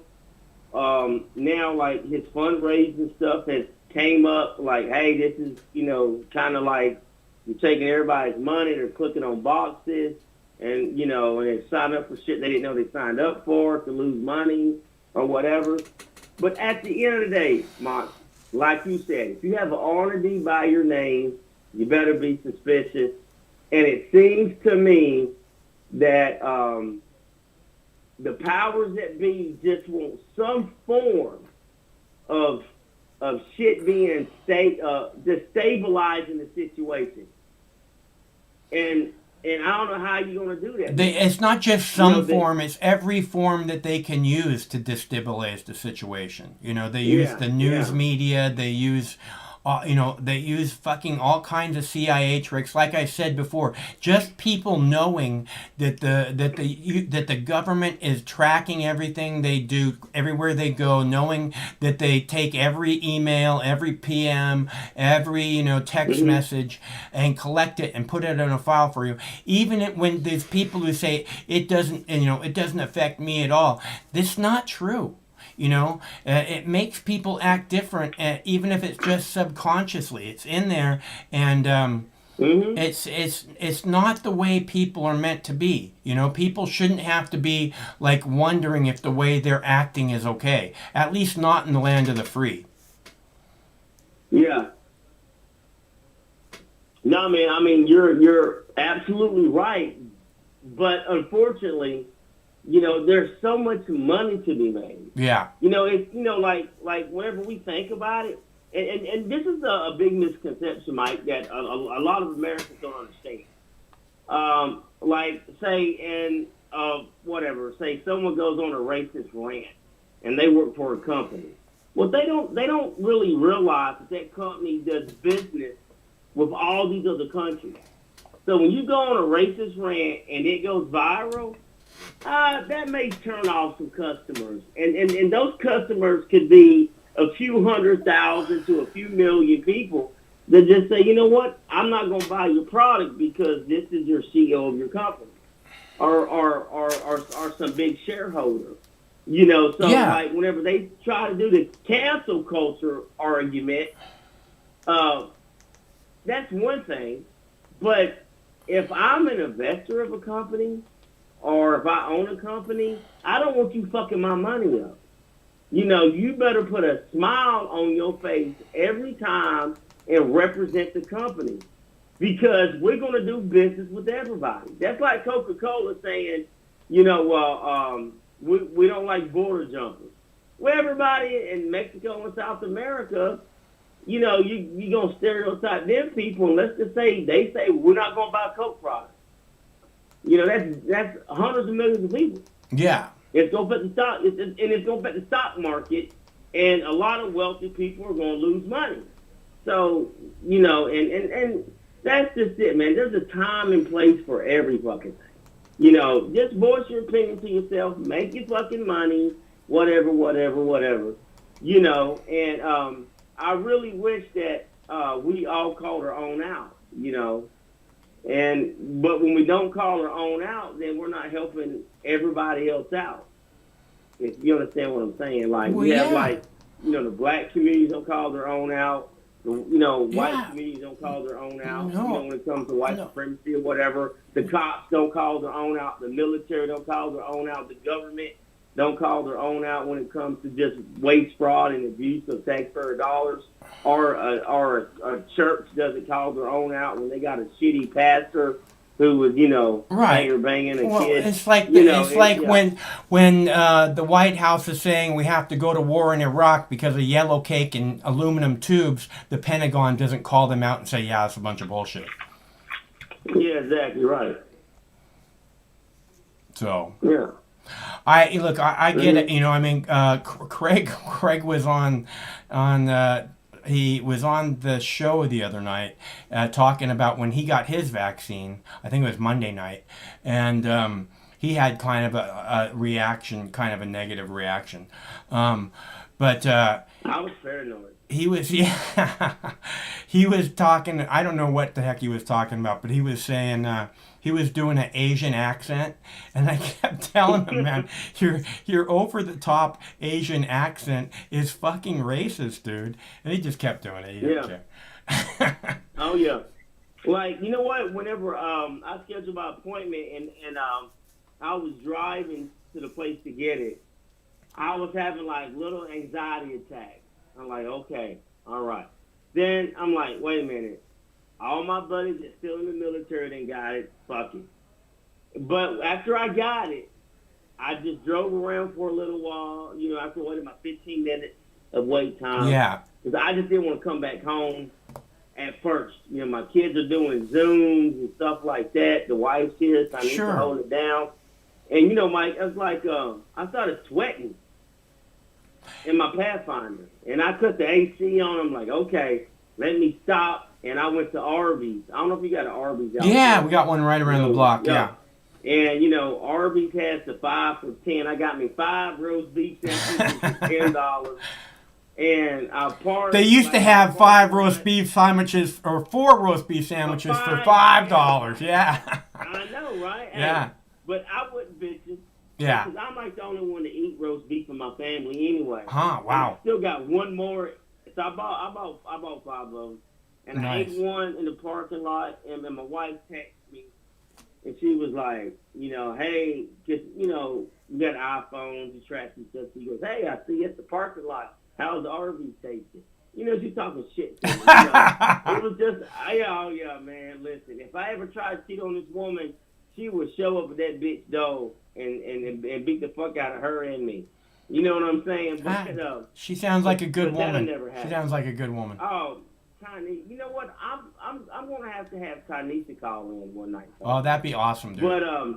But listen, I've been sharing your YouTube channel with a lot of people, and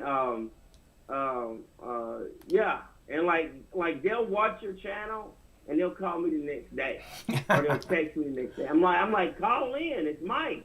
Yeah. You know what I'm saying? Yeah, I want to talk to everybody. I don't have, you know, I'm very opinionated, but I'm not here to like say you're not entitled to your opinion, you know. Yeah. No matter how fucked up and wrong it is, you're entitled to it. Yeah, yeah, exactly, right. Yeah. And you know, and exactly, like, but anyway, so I came home, and I was just anxiety, man. I'm like, man, I hope this shit don't kill me. My arm's gonna fall off. Yeah. Did it feel like your arm hurt? You know what? My arm's still a little sore. Yeah. To be honest, and like the nurse, everything was great there. You know? Yeah. And Good. But when I went upstairs that day, I took a nap. I came home. I said, babe, I'm not feeling well. I'm like, no, I'm like, Tanisha, it's just anxiety or whatever. Yeah. And because anyway, I think everyone's got PTSD because of COVID or whatever, right? For lots of different so reasons. I think everyone has PTSD also. Yeah. Oh yeah. And so I'm laying in bed, and I don't know. I went to Amazon Prime. I think I was watching Back to the Future #1. I have no idea. Yeah. But anyway, all my dreams, I shit you not mock, were in my dreams, my arms and legs falling off. Oh man. because of the fucking shot. And I woke up. That is really rough, dude. I'm so sorry to hear I that. know, right? Oh, yeah. But I was like, but anyway, I'm good. It's funny. And I was like, what the fuck? I'm like, really? Brandon, really? Like, your arm's gonna fall off, your legs gonna fall off. And I'm like, Jesus Christ, what the fuck? But yeah, man. But besides that, man. Well, Craig got the chills really bad, and then he got feverish, and then he came home from getting his shot, and he immediately went to bed and laid down, and then he didn't get up until 2 days later. I mean, I had to check. Yeah. I had to check on him and see if he wanted me to bring him some food and water and shit. So yeah, I think it's more of a mental state, because everyone I know that's still in the military, you just push on. Yeah. And I remember getting smallpox to go to Iraq. Yeah.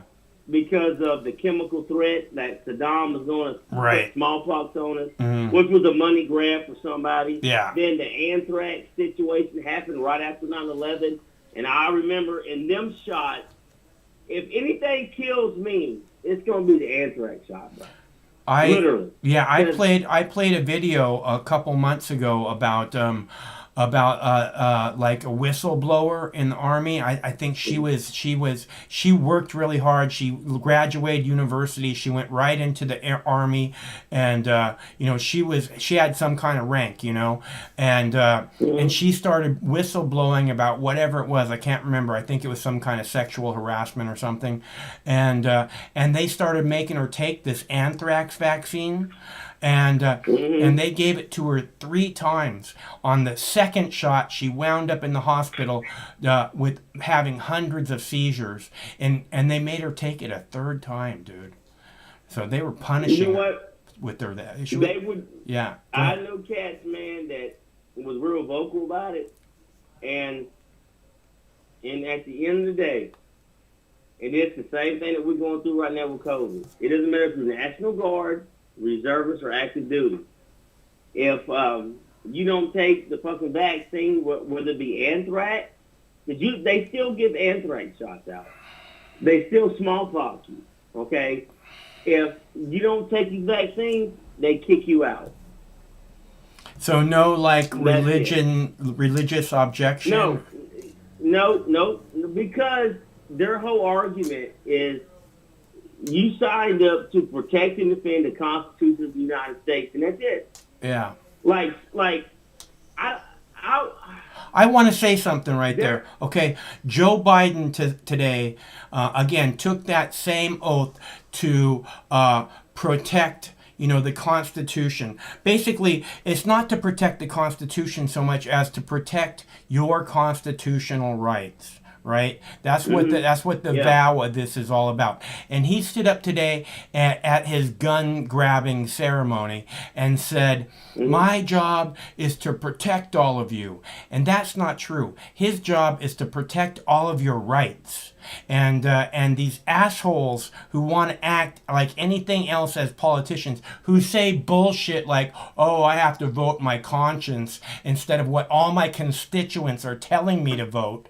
No, you don't have to vote your conscience. It's a fucking representative government. You're there to represent us. You vote for what we're telling you to. I can't stand these fucking cunts. And again, they need to go to prison. But this bullshit with Joe Biden saying, my job is to protect you, that's a lie. His job is to protect your rights. That's what he swore a sacred vow to do. Go ahead, Brandon. Yeah. No. I listened to what he said about the whole gun thing, and I've known for small amount of time. I've never did a lot of research in ghost guns. If that's what you're talking about, you know what I'm saying. But listen, in a country that any country that, like especially our country with so many guns. Someone has the right to take your life on any given day because they had a bad day at the end of the day. That's it. Or whatever. If they want to, and so how? Brandon. Look. This is the problem. Is that this is part of the problem? Is that people look at these people and say, or the people say, like that sheriff right after the dude shot up. Wherever it was, Florida. Remember, he shot up all the massage parlors, right? Mm-hmm. Right after that happened, the sheriff said, he was having a very bad day, right? That's not what it was. It wasn't that someone was having a bad day, so they're going to go and shoot a bunch of people. It's that this person is seriously mentally ill. You can't shoot people because you're having a bad day. You shoot people because your brain is fucked up. Okay. Yeah. So Joe Biden says, what did Joe Biden say? He said, the gun violence in this country is an international embarrassment, right? Which is, the gun violence, not the mental health care problem. That's not embarrassment internationally. Not that we lied ourselves into a war in Iraq that the whole world knows we lied about and killed 1 million innocent Iraqis. That's not an international embarrassment. Not that we're standing guard around on poppy fields in Afghanistan that's poisoning the Earth's population. That's not an international embarrassment, but our gun violence, which is really a mental health crisis, you know, that's a international embarrassment. Fuck that guy. Yeah, but you know, but at the end, but listen, Mox, at the end of the day, there's not gonna be able to fix it, man. You know, and really what it comes down to is our society has just lost a lot of values to where, like, I was reading an article, what happened, I think, last week or this weekend in North Carolina, where a husband and wife was on a vacation trip from Pennsylvania, and they was driving through North Carolina, and he cut somebody off by accident, or just not paying attention. He got shot in the vehicle, and he killed his wife. And now that motherfucker that shot her is facing first-degree murder charges. For, like, no reason. Like meaning, what is your chemical makeup in your brain to make, like, just because someone pulled in front of you, there's no wreck whatsoever, and you want to drive by them and shoot in the car. So, you know, it's I mean, we have a really big issue of just how to function day to day. And I don't know how to fix it. I mean, if I would fix it, if I had, like, ruling power over America, would nobody like it? You know what I'm saying? You know, and it comes down to free will. If I feel that I have the free will to just get my gun, if I'm a legal gun owner or an illegal gun owner, I can do whatever I want and just deal with it. Period. Or, you know, because, like, when you see it when women break up with a guy, this motherfuckers go nuts, man. You know, and again, it's always men. It's not like women are doing this shit. It's always men, us. You know, men that look like you and I. You know, they keep doing this shit over and over, or gang violence or whatever. You know, I mean, Led Zeppelin said it best, you know, soul of a woman was created below. You know, they just deal with shit a lot better, like, you know, and when it comes to heartache. See, it's like men, they kind of, when it comes to heartache, they kind of fall apart. But women are really fucking strong. And I think it's because, you know, they have to, it's like, they don't have the opportunity to fall apart. You know, it's like in times of crisis, you have to get through it, and there isn't an option to go, oh, I'm so upset right now. You don't have option for that. You got to get through this. But other times, you know, I mean, it's like having a baby. You know, I couldn't have a fucking baby. I couldn't, you know, spit one out between my legs. You know, I just could not do that. I couldn't do that. So, but women, that's partially, I think, what makes women really strong is that they have this, like, different set of priorities kind of from men. Yeah, you know what? It's funny you said that, because here in St. Louis, which I live in the county, but I don't live in St. Louis City. I live in the suburbs. And we just elected the first black female mayor. And she went head to head. And I guess the new mayor time was up, so she had, you know, like, she couldn't run again, and it was a white mayor, I guess. Well, it had to be. And so this new mayor, or this lady, was running against another female. And I, you know, through, like, the whole past couple months, you know, they had the little thing, and they went back and forth. But it wasn't nasty, if that makes sense. And when the lady won, the other lady was like, hey, look, she's not my enemy. I'll help her out. Let's make sure she's successful. And, you know, and you don't see a lot of that with men. You know, but what I will say is that there's a lot of disgruntled men, that are just pissed off. And they want to point the finger, maybe it's because how their mom treated them or whatever. I had a horrible mother. I think I mentioned that before talking to you. But anyway, if men want to sit here and say that we're king of the jungle, no, we're not. because we've been fucking up a lot for a long time. Because men have always been in charge of this country. And this country is in a bad place, on every fucking level. From how we treat our people, from like just politically, national debt, always wars, fucking, the legal system, the economic system, and I don't fucking know, man. I'm all for just giving the reins to the other yin or yang or whatever, and just let them run it. Mm-hmm. Because, but not Kamala Harris. So we're clear. Go ahead. Oh no! I, to be honest with you, that's why she's so quiet.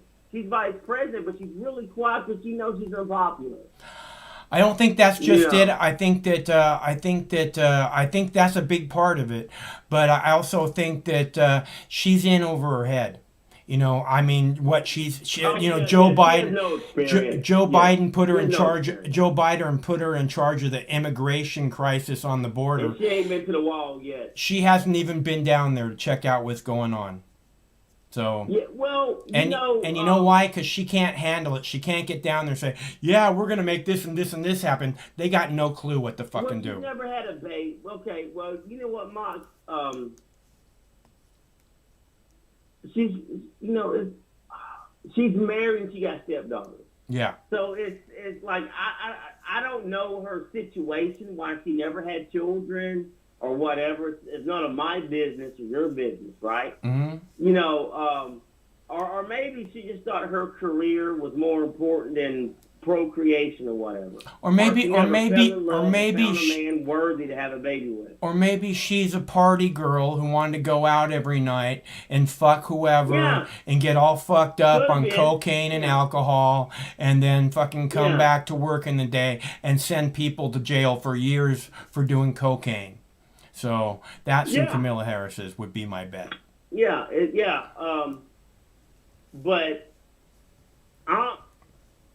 I used to want to blame America for like all this immigration issue, but at the end of the day, they come from other countries, and they're coming for a reason. And typically, we can sit here and point like the fucking drug trade or whatever.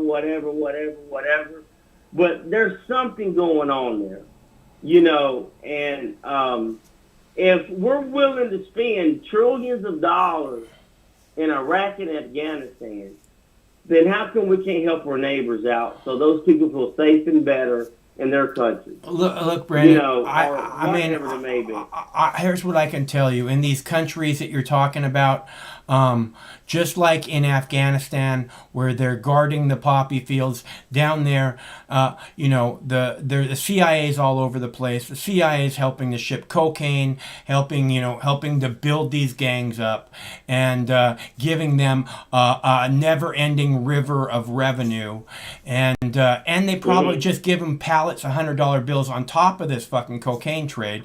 So again, America is creating this crisis with their drug war. If they ended the drug war, the gangs would run out of money, and eventually their countries would return to a sense of normalcy where people can live without these fucking terrorist motherfuckers running around shooting anybody they want because they got a pile of money that they're not going to be able to spend the rest of their life. So yeah, the cops come down, they go, "Here's fucking money, and the cops go, "I like money." So. But I remember watching videos where they was just decapitating people. That's what I'm saying. Like they can get away with anything. But yet those videos didn't get nowhere recognition when ISIS was doing what they was doing. And it's because it's about the drug thing. Literally, I seen 12 or 8.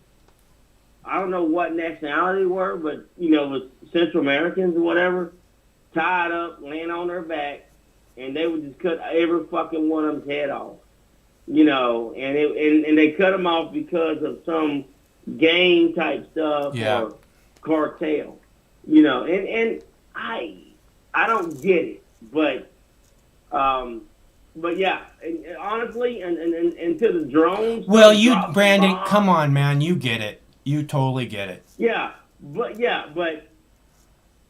it's a scare tactic. But yeah, I don't. But and until drones. Listen, look. If I was the man in charge, I would just have massive amounts of drones drop precision bombs on every cartel compound in Mexico all the way to fucking South America. Yeah. And you know what? You're gonna kill a lot of innocent people that way.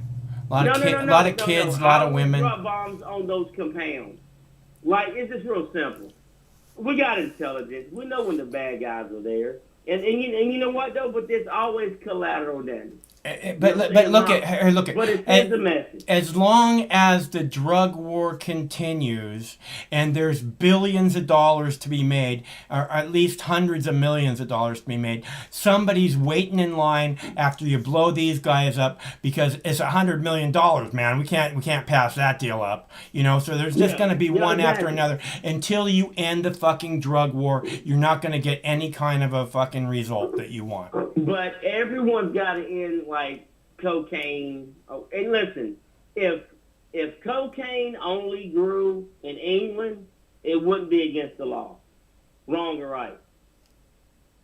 Yeah. If the coca leaf only grew in certain countries, then it would never be against the law. Period. You know, and that is what it is, bro. You know what I'm saying? Like, no, I'm not. I'm not sure what you're saying, honestly. What I'm saying is, if the drug trade was only like in certain countries, there would be no issue. It would be more legal than what it is. You know.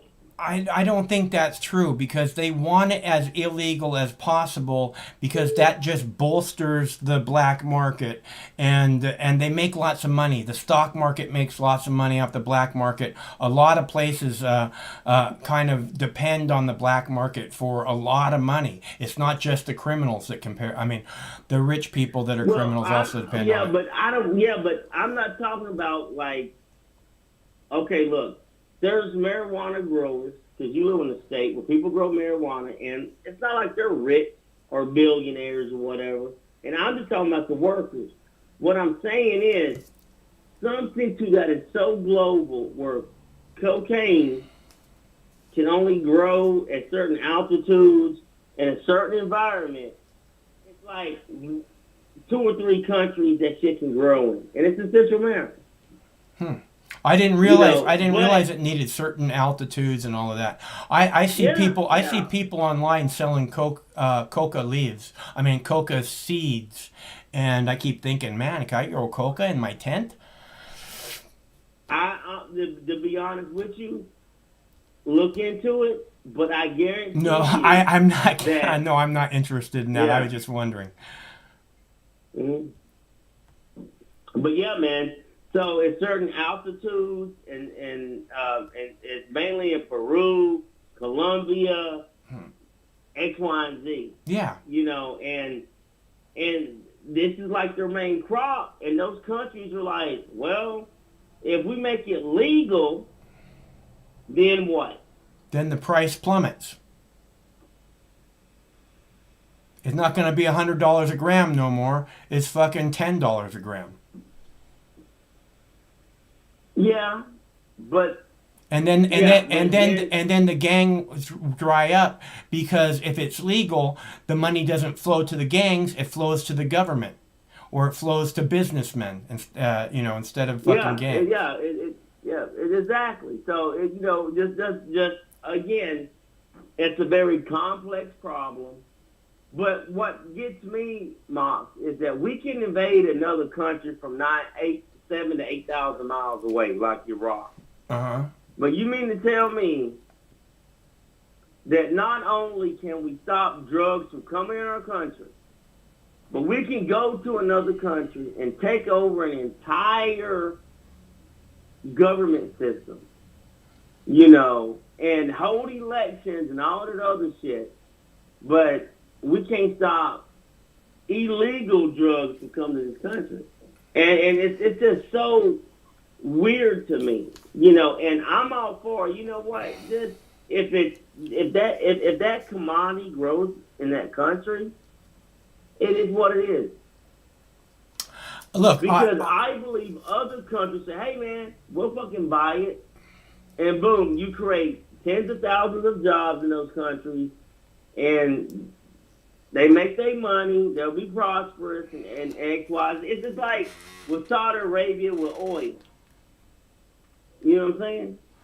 Yeah, I understand what you're saying. The thing is that, like I said, if we bomb these people, it's just going to be more. If we figure out how to stop, and they don't want to figure out how to stop the flow. Again, tens of thousands, a day, tens of thousands, hundreds of thousands of dollars, if not more, are helping to drug money, are helping to bolster the stock market.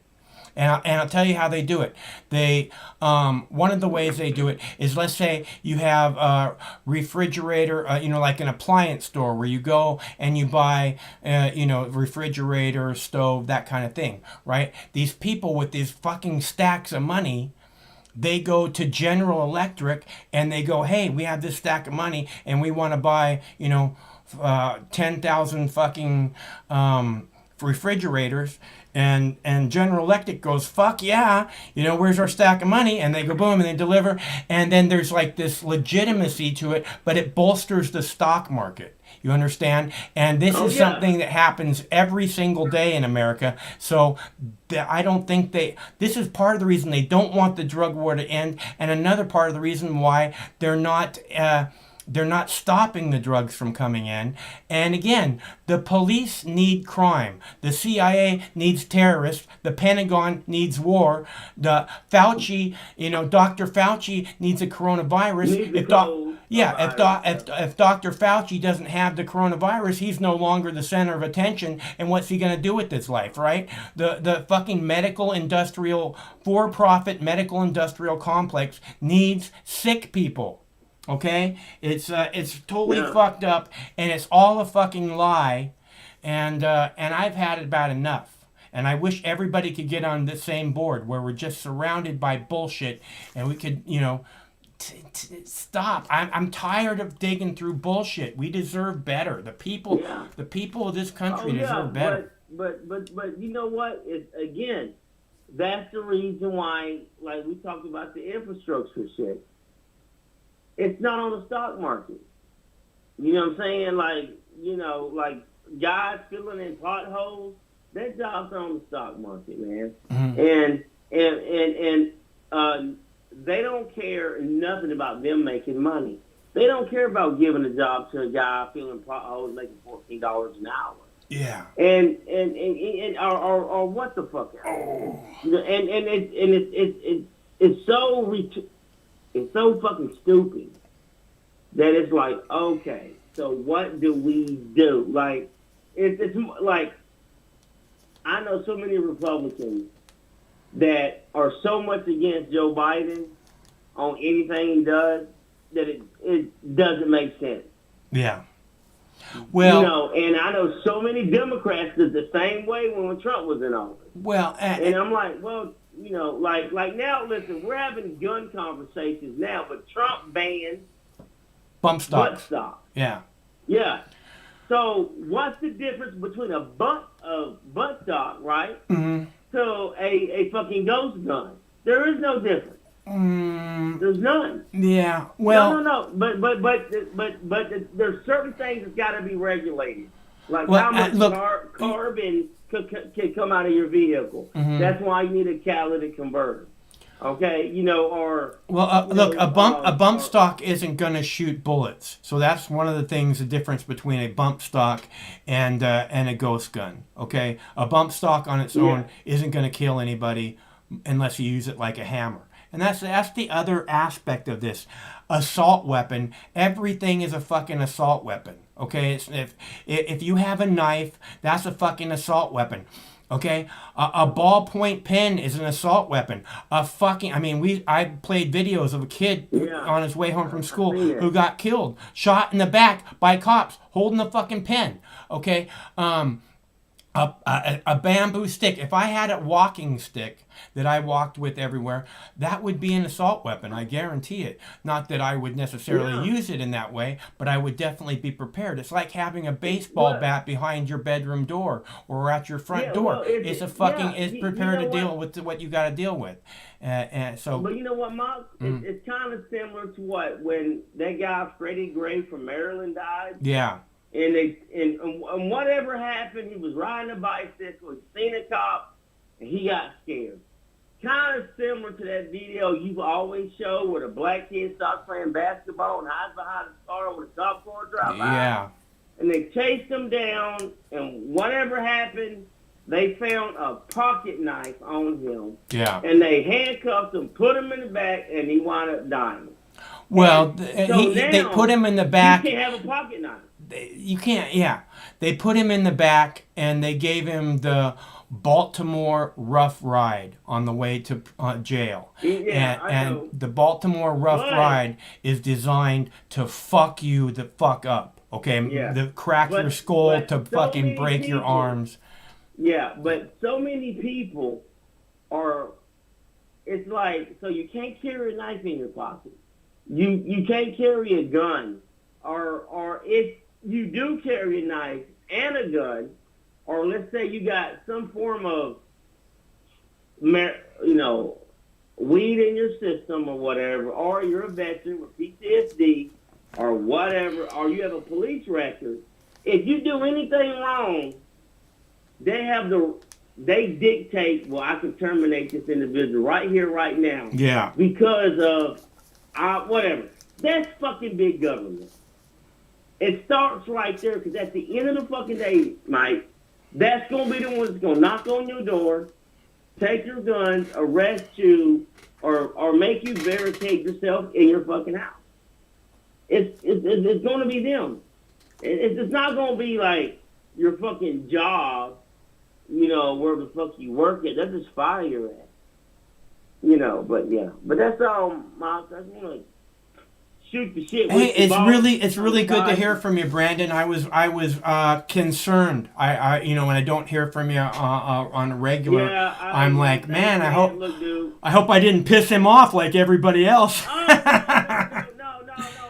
Mark, never, bro. But like, we had a nice little 5-hour ride back to Nashville, hung out with family, blah blah blah blah. And my mother-in-law and my son share the same birthday, so I want to say my mother-in-law's got 4 daughters, and they're all twins. Oh, man. And my wife has a twin, and her older 2 daughters are twins. So you're looking at 2, 6, 9. Yeah, it's like 13 or 14 grandkids. Yeah, that sounds like a great time, man. I hope you had a lot of fun. Yeah. Oh, it was. You know what? It was really good. Just to see nieces and nephews and stuff like that. Yeah. But I was glad to get back home. I bet. All right, Brandon, it's great to hear from you, bro. I look forward to talking to you soon. Okay. All right, Mom. Take care. See ya. That's our buddy 2 Bronze Star Brandon, and I have a video for you right here about protesters' right to freedom of speech, or actually the opposite of that. I'll be right back. By protesters and supporters of the movement, they don't allow anyone in, not even the police. It's called an autonomous zone. And you're going to be in a bad situation here in a second. Oh, I thought if we were on this side of the barricade. No, you're going to be in a bad situation in a second. What do you mean by Because bad you've been called out situation? for what you are, and you need to get out of here. Please go. You know, We know what you are. You need to get in your car and go. We're just media. I don't give a who you are. You've been called out for who you are. You need to get in your car and go. That was News Nation's own Brian Enton last month outside the autonomous zone in Minneapolis. As you heard from the clip there, those occupying the area, formerly known as George Floyd Square, threatened Brian for doing his job, even as he was on a public street outside that temporary perimeter you see there. We've been discussing free speech on the Donlin Report this week, and the freedom of the press is right next to freedom of speech in the First Amendment to the Constitution. Congress shall make no law abridging the freedom of speech or of the press. But what happened to Brian in Minnesota, a journalist being threatened and hassled for doing his job as part of the constitutionally protected freedom of the press, certainly not new. In fact, in Portland, protests ravaged that city for months, dating back to last summer, sparked by the death of George Floyd. The protests continued into March of this year with 12 arrests and more than 100 detentions just last month. But as our next guest points out, she faced similar backlash in Portland that Brian faced in Minneapolis. Calls to stop filming and photography equals death. And that's not all. Protesters in Portland had their own, quote, activist-approved list of journalists and those they deemed sympathetic to the cause. According to our next guest, those journalists not on the approved list would be harassed and have their phones blocked or stolen, even placed on an enemy's list. For her perspective, I want to welcome in now author and journalist Nancy Rommelman. Nancy, you and I both lived in Portland, Oregon, and covered protests there. I've been gone a few years. You were there for the most recent riots, and you ran into some of this. Tell us more about what happened. You were told you're not allowed to film? Oh, yeah. So one of the reasons I went out there, I live in New York City now, was because we weren't really getting, it was always, one thing or the other, right, Joe? It was like, your city's on fire or everything's peaceful. When I got out there, I realized how the activists were crafting the narrative, which is they do tons and tons and tons of filming, and then they sort of always make themselves look like heroic or besieged, or the cops are always the enemies. Meanwhile, I'm watching a lot of stuff go on, including a lot of violence on their part. But when I would film it, they'd put their hand in front of my phone. They did steal my phone. They told me I was lying because they wanted to control the narrative. And in many ways, they kind of did. So as a result, what we're seeing out of Portland, do you think, is distorted? Well, I think both sides sometimes are distorted. You just have the one message where it's like savages coming to your town or only peaceful. That's not what the story is. The story is that the people that are the activists, not the peaceful protesters, the ones that are out there night after night after night, breaking stuff, burning stuff, they film this stuff very diligently and they disseminate it. The media sort of eats it up a lot of the time. So that's what you see. You see the police being violent more than you see the protesters being violent. What about this activist list of approved reporters? How did you find out about that? Well, I can't say that this is an exact science, but I do know that they have a lot of people within the sort of activist movement that, they stick press on their bodies or on their hats, which is something I've never done in 25 years of reporting. And those are the people that are going to be good. And then they funnel it, especially the alt weeklies in Portland. You remember those. They were pretty sympathetic to the activists. And then other papers put it out. In terms of enemies, I know they would publish my picture online and say, oh, she's a fascist or something, like stay away from her. There are certain people, if you're trying to report something that you've actually seen and trying to be balanced, they don't like that. What about other members of the media there? Well, I found the local media, for the most part, to be very sympathetic to the activists, and that's a much longer story of why Portland felt the way it did. I didn't get a lot of balanced reporting out of Portland, I have to say. I think that because, people were very angry last summer and there were reasons for it, and they wanted to feel like they were on the side of fighting right. And there were tons of peaceful protesters. And so they had a hard time seeing gradations. It's like, if you say someone's being not peaceful, then you're saying we're all not peaceful. Well, of course, that's not what anybody's saying. But I think the media wanted to believe that the protesters were doing the right thing. And I think in some ways they were. But to continue to support the violence is not, I don't see how that's doing the right thing. I don't see how that helps. I want to hit another topic here, Nancy, the situation at the University of Virginia. All right, so I don't want to spend too much time on those people. They're fucking dickholes. Again, when I talk about the protesters in the street, I don't focus on this tiny group of people who break windows, and all they are showing there is black bloc protesters and people that are just like fucking with shit. Not that that's what the black bloc protesters do, but again, it's this tiny little percentage of people that fuck with anybody, and they want to put that onto all the protesters. Those are giant dickholes, those people who don't believe in freedom, who don't believe in the people's right to address their government and say, hey, fuckers, where's the change we were promised? Obama. Yeah, we got all kinds of change, didn't we, Drone King? Fucking asshole. I'm so glad that his vice president is now president, aren't you? I mean, look, I'm no fan of Donald Trump at all. At all. I just don't see how America, this land with so many fucking brilliant, brave, strong people, could possibly be the two best candidates for the most important, most powerful job in the world. To be the most powerful man in the world, the most powerful, the most important job in the world. How can the two best candidates that America can produce is Joe Biden and Donald Trump? How in the world is that possible? How in America is that possible? We have good, brilliant people here who could really make a difference in all of our lives. And we wind up with Joe Biden? Are you fucking kidding me? We wind up with Donald Trump? Are you fucking kidding me? We have brilliant people who could make a difference, not only in all of our lives, but in lives, make the world a fucking better place for everyone. And we wind up with Joe Biden or Donald Trump. Does it get any douchier than those people? Okay, I know that we can do better. I know that you deserve better. I know that your children deserve better. And that's why I come out here to fight for that all the time. So, I was thinking that I'll play another video for you now because I still have 3 or 4 videos to get through. And if I don't start playing them now, I'm not going to get through them. So, if anybody wants to call, the number's there on the screen. I just took the Do Not Disturb off the phone. I put it on because I wanted to talk to Brandon without getting beeps.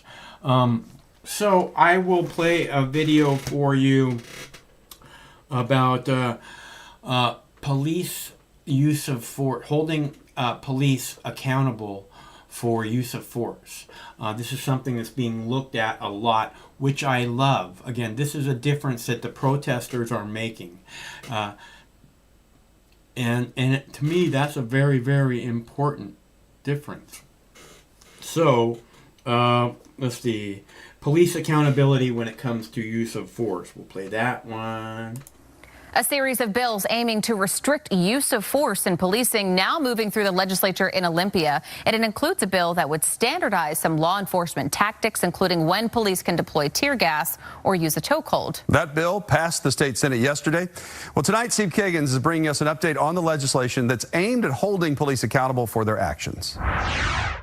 One of the most positive people that you can meet in your life. Renee Davis, a single mom who was expecting another, died almost 5 years ago when King County Sheriff's deputies shot and killed her in 2016. Police were performing a welfare check after loved ones worried she'd become suicidal. And while officers did not know the handgun Davis was holding was unloaded when they confronted her, deputies both fired their guns in defense, killing her. Her death is why Barbara Sanchez organizes for the Washington Coalition for Police Accountability. It is happening in your backyard.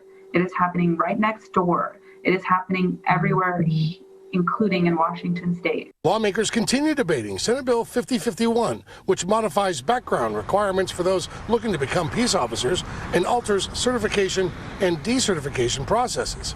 The Senate is also hearing House Bill 1267, which would create an Office of Independent Investigations that would provide oversight and independent reviews of police use of force. And Tuesday, House Bill 1054 was passed out of the Senate and now heads back to the House to debate new amendments.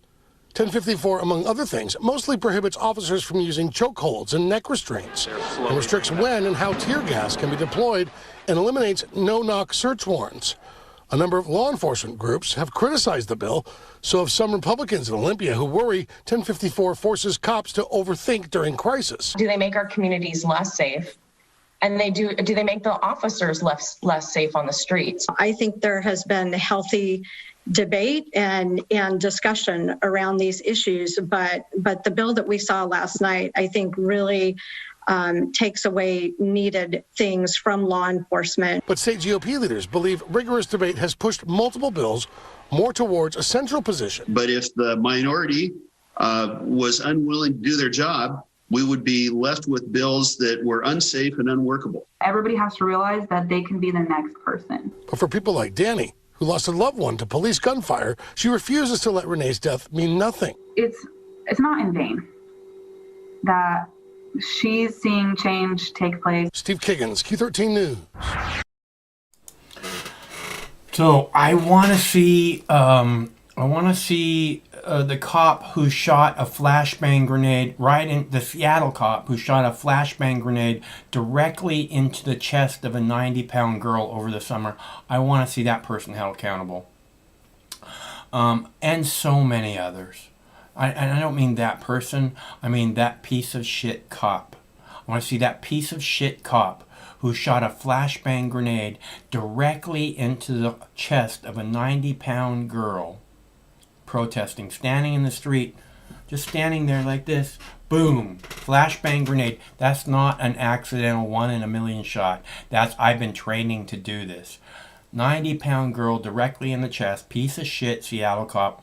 90-pound girl's heart stops immediately. If it were not for the brave medics on site with the protesters who jumped in to rush and start her heart going again, she would have died. If it was left up to the police, she would have died. These are the rabid criminal cops that are all throughout this fucking ever-expanding police comply or die police state that bullshitters like to call the land of the free. And then fucking do exactly the opposite. Okay, so I have a couple more videos. I'm just going to keep going. I want to play this video for you because, again, I found this early this morning. I checked the news. I've told you guys, I check the news every 90 minutes or so to make sure that there's not, towers crumbling into their own footprint. But I saw this video this morning about Afghanistan, and they're talking about Taliban attacks and how they're probably not going to be able to withdraw troops after 20 years, and they're supposed to withdraw all the troops, but they're probably not going to make the deadline. But they talk in this story about Taliban attacking U.S. bases that are heavily fortified, heavily armored, best technology and best war weapons in the world, best technology as far as war goes, the only superpower in the world, in Afghanistan for 20 years now. And these Taliban guys are attacking what's one of the heaviestly armed bases, U.S. bases in Afghanistan, multiple times in the last week. And this is what I'm talking about. You can't win a war in Afghanistan. It only took the Russians 10 years to figure that out, 1979 till 1989, and then they ran off with their tail between their legs. How long do you think it's going to take America to figure it out? Because if you have fucking guys riding around on motorcycles, because that's how the Taliban get around, they ride around on these little Honda scooters. If you have, fighters brave enough to attack a heavily armed U.S. military base, heavily fortified, ready to take action from whoever, and you're riding your little motor scooter up there attacking them, you're never going to win a war against those people because they're prepared to die. Just like if someone was attacking our home. If someone was going through... I've told you guys again and again and again that I don't want to have a gun. And I don't want to have a gun... I've shot 10,000 rounds easily through, 50, 60 different guns. I don't want to have a gun because I understand what it does. And I would prefer not, what it's intended to do. I would prefer not to use a gun for what it's intended to do, so I don't want to own one. That being said, if there was an enemy besides the ever-expanding police state, let's say China or Russia going through our neighborhood, seizing more and more, okay, we own this, we're occupying this territory, there'd be, again, the best reason, another great reason for not to be a fucking gun grabber, fucking with Americans, law-abiding citizens, is because, again, I don't want a gun to just walk around and be ready to defend myself. But if there was a real reason, again, my neighborhood was being attacked. I know where to go where people have cases of guns. And I would go and get a gun. And I would be ready to stand up to my death to protect my neighbors. Not for fucking Joe Biden and Kamala Harris. Not for some rich elite cunts who think that they own this country. For my neighbors. And I wouldn't hesitate to do what needed to be done. But just walking around in a daily life, it's like I said, I work hard to get a nice buzz. And walking around with a gun would kind of harshen that buzz. And I don't want to harshen my buzz. I'd rather just enjoy that. So, again, but I wouldn't hesitate if something was needed to be done. That being said, again, you look at Afghanistan, my whole thing was saying that that's where the Taliban is coming from. America is the evil invaders. And these people are trying to protect their neighborhoods, their homeland. And America is evil invaders who won't go the fuck away after 20 years. Again, it only took the Russians 10 years to figure out they're not going to win the war in Afghanistan. And they ran off with their tail between their legs, being attacked the entire way out, trying to get their asses out of fucking Afghanistan as fast as possible, and being attacked every step of the way trying to get out. If you want to see Americans die in a faraway country for a bunch of bullshit so they can be protecting poppy farms that are poisoning the entire fucking planet, yeah, that's a good thing for that's a good thing. That's what the fucking Pentagon is making happen. Okay? Again, how you can't want to cut the Pentagon budget, except for that we'll probably get another 9/11, start to cut the Pentagon budget, and then we got to show them how bad we need the Pentagon. So lo and behold, another 9/11 happens. Coincidence? Huh? I think not. Again, the CIA needs terrorists. The Pentagon needs wars. The cops need crime. The for-profit medical industrial complex needs sick people. Dr. Fauci needs COVID-19. Otherwise, Dr. Fauci goes away. No, but everybody stops looking at him. He's not the big important man all of a sudden. Can't have that, can we, Dr. Fauci? Oh, it's getting so much worse. It's getting so much worse in America. We can see it second, third, fourth, 100th wave coming. Right, Fauci? That's the reason we're opening up Major League Baseball. Because this whole thing's going to get so much worse. Right? Or is it just because Major League Baseball is America's pastime? And can't be America without Major League Baseball. It's so important to our nationality. Again, these people are completely full of shit, and they have alternative motives, and that's the part that really bothers me. Again, the CIA allowing a terrorist attack to happen in New York, in Boston, in all these other places. Every time we have one of these school shootings, the shooter was known to authorities, the shooter was known to FBI. The Boston bombing, the bombers were known to the CIA to have traveled to terror camps over in Uzbekistan or some other fucking Ustanipan country. But yeah, they can pull off a fucking terrorist attack.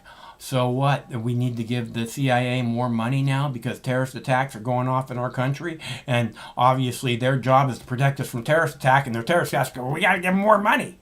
No, they're not doing their fucking job. They're a scumbag piece of shit organization that's causing havoc around the world in our country. Okay? CIA, fuck you. Okay? Joe Biden, fuck you. Kamala Harris, fuck you. Okay? I'm tired of the bullshit. Donald Trump, fuck you. Okay? I'm tired of it.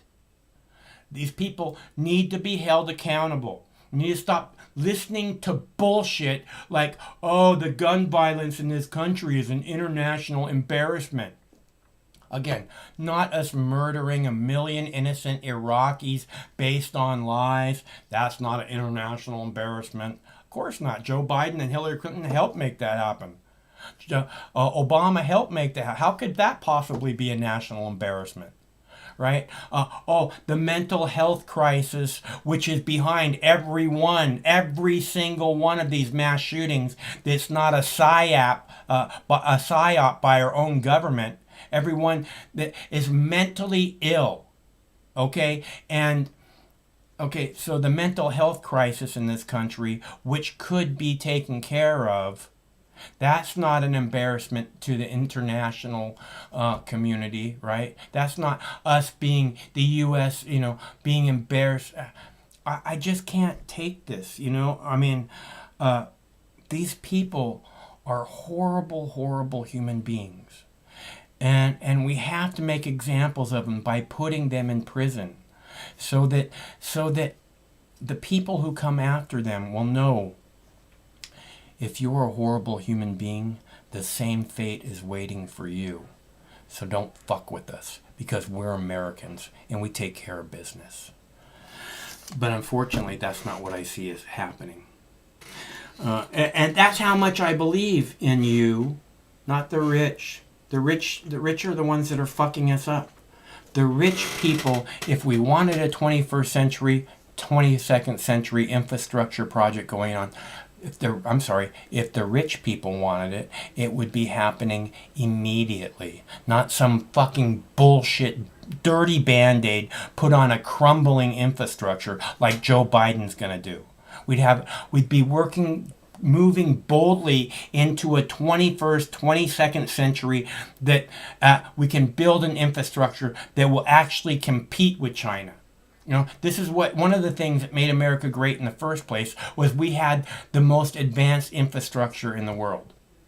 Now it's crumbling and we want to put a dirty Band-Aid on it instead of starting from brand new and building something that our children's children will look at us and say, yeah, those people were awesome. They took care of business. They made our future a better place. Not only that, we can do so much to make the earth a better place. And it's just not being done. The whole world could be looking at the United States. We have so much money. Could be looking at the United States saying, these are the greatest people in the world. Now, they may be saying, I want to get my part of the American dream, make money, because for some reason that seems to be what everyone in the world is about these days. But, it's not that they, want to come to this great country. They see an opportunity to make money. Or they're oppressed where they are, and they think maybe they won't be so oppressed here. But they're in for a big surprise. They get to be slaves, and they get to be just as oppressed as anywhere else in the world. Because our leadership is garbage. And I'm not talking about the Republicans. I'm not talking about the Democrats. I'm talking about both the fucking Republicans and the fucking Democrats, who every single one of them need to go to fucking prison so that we can fucking get our country back and maybe a little freedom in the process. All right, Joe Biden, international embarrassment. U.S. is an internationally embarrassed. That's who our president is. Yeah, it's not because the Washington, D.C., the Capitol Hill is surrounded by 11-foot barbed wire fence, right? I'm sorry, razor wire fence. It's not because the White House looks like a banana republic and some kind of military coup with National Guard soldiers surrounding it. No, that's not an international embarrassment, is it, Joe? And it's not because we have this massive mental health crisis that's 100% behind every one of these mass shootings that's not a government psyop, is it, Joe? That's not an international embarrassment. What a fucking piece of shit government we have. And I say that with all my heart.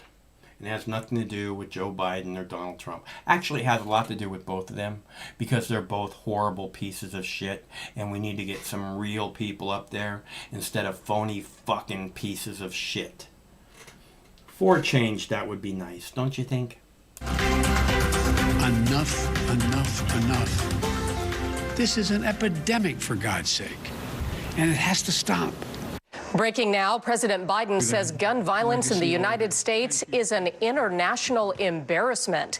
Now he and the White House are outlining their first actions to curb gun violence after deadly back-to-back mass shootings last month in Georgia and Colorado. In just the last few hours, the president revealed his new executive actions on gun control. They include working with the Justice Department to minimize access to untraceable guns that can be assembled from kits. They also will publish red flag legislation so states can model it in their own local laws. The DOJ will also file a report on gun trafficking for the first time since 2000. Both the president and vice president say much more can be done. My job, the job of any president, is to protect the American people.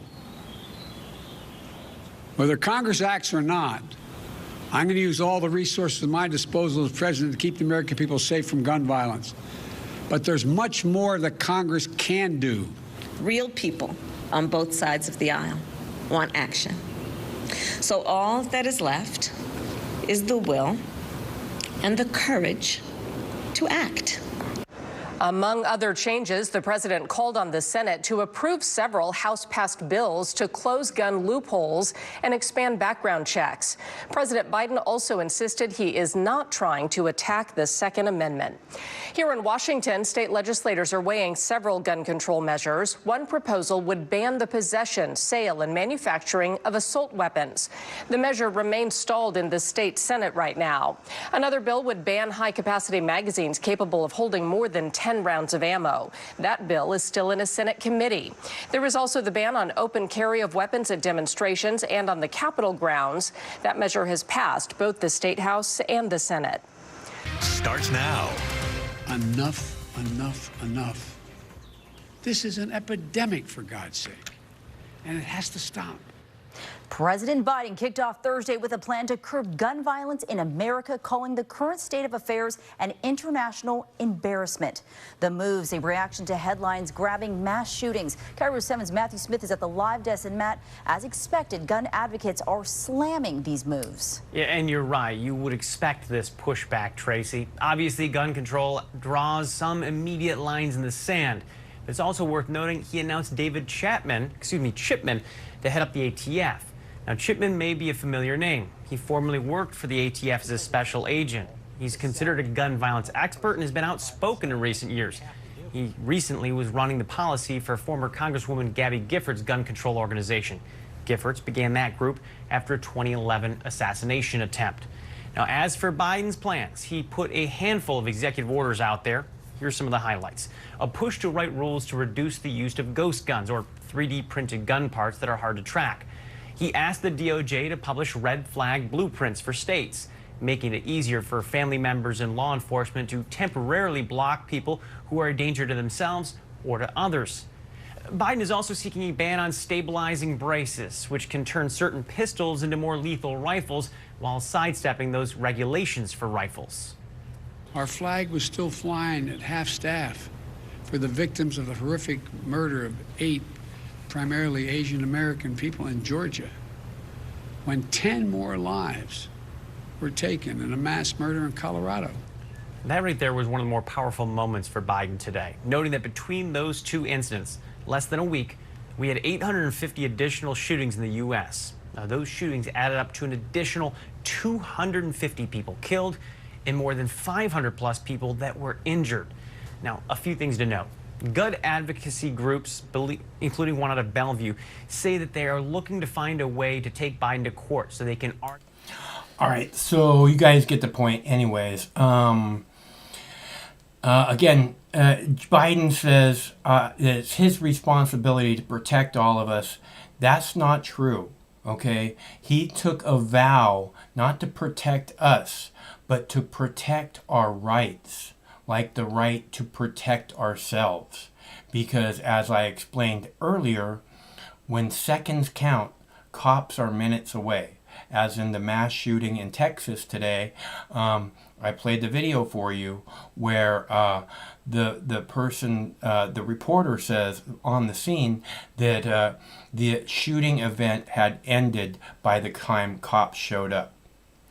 So again, when seconds matter, cops are minutes away, which is why we have to take guns away from law-abiding citizens, because the only way to stop a bad guy with the gun is a good guy with the gun. But we can't have any good guys with guns unless they're, government employed, government sanctioned, and those people are never going to be there when you need them.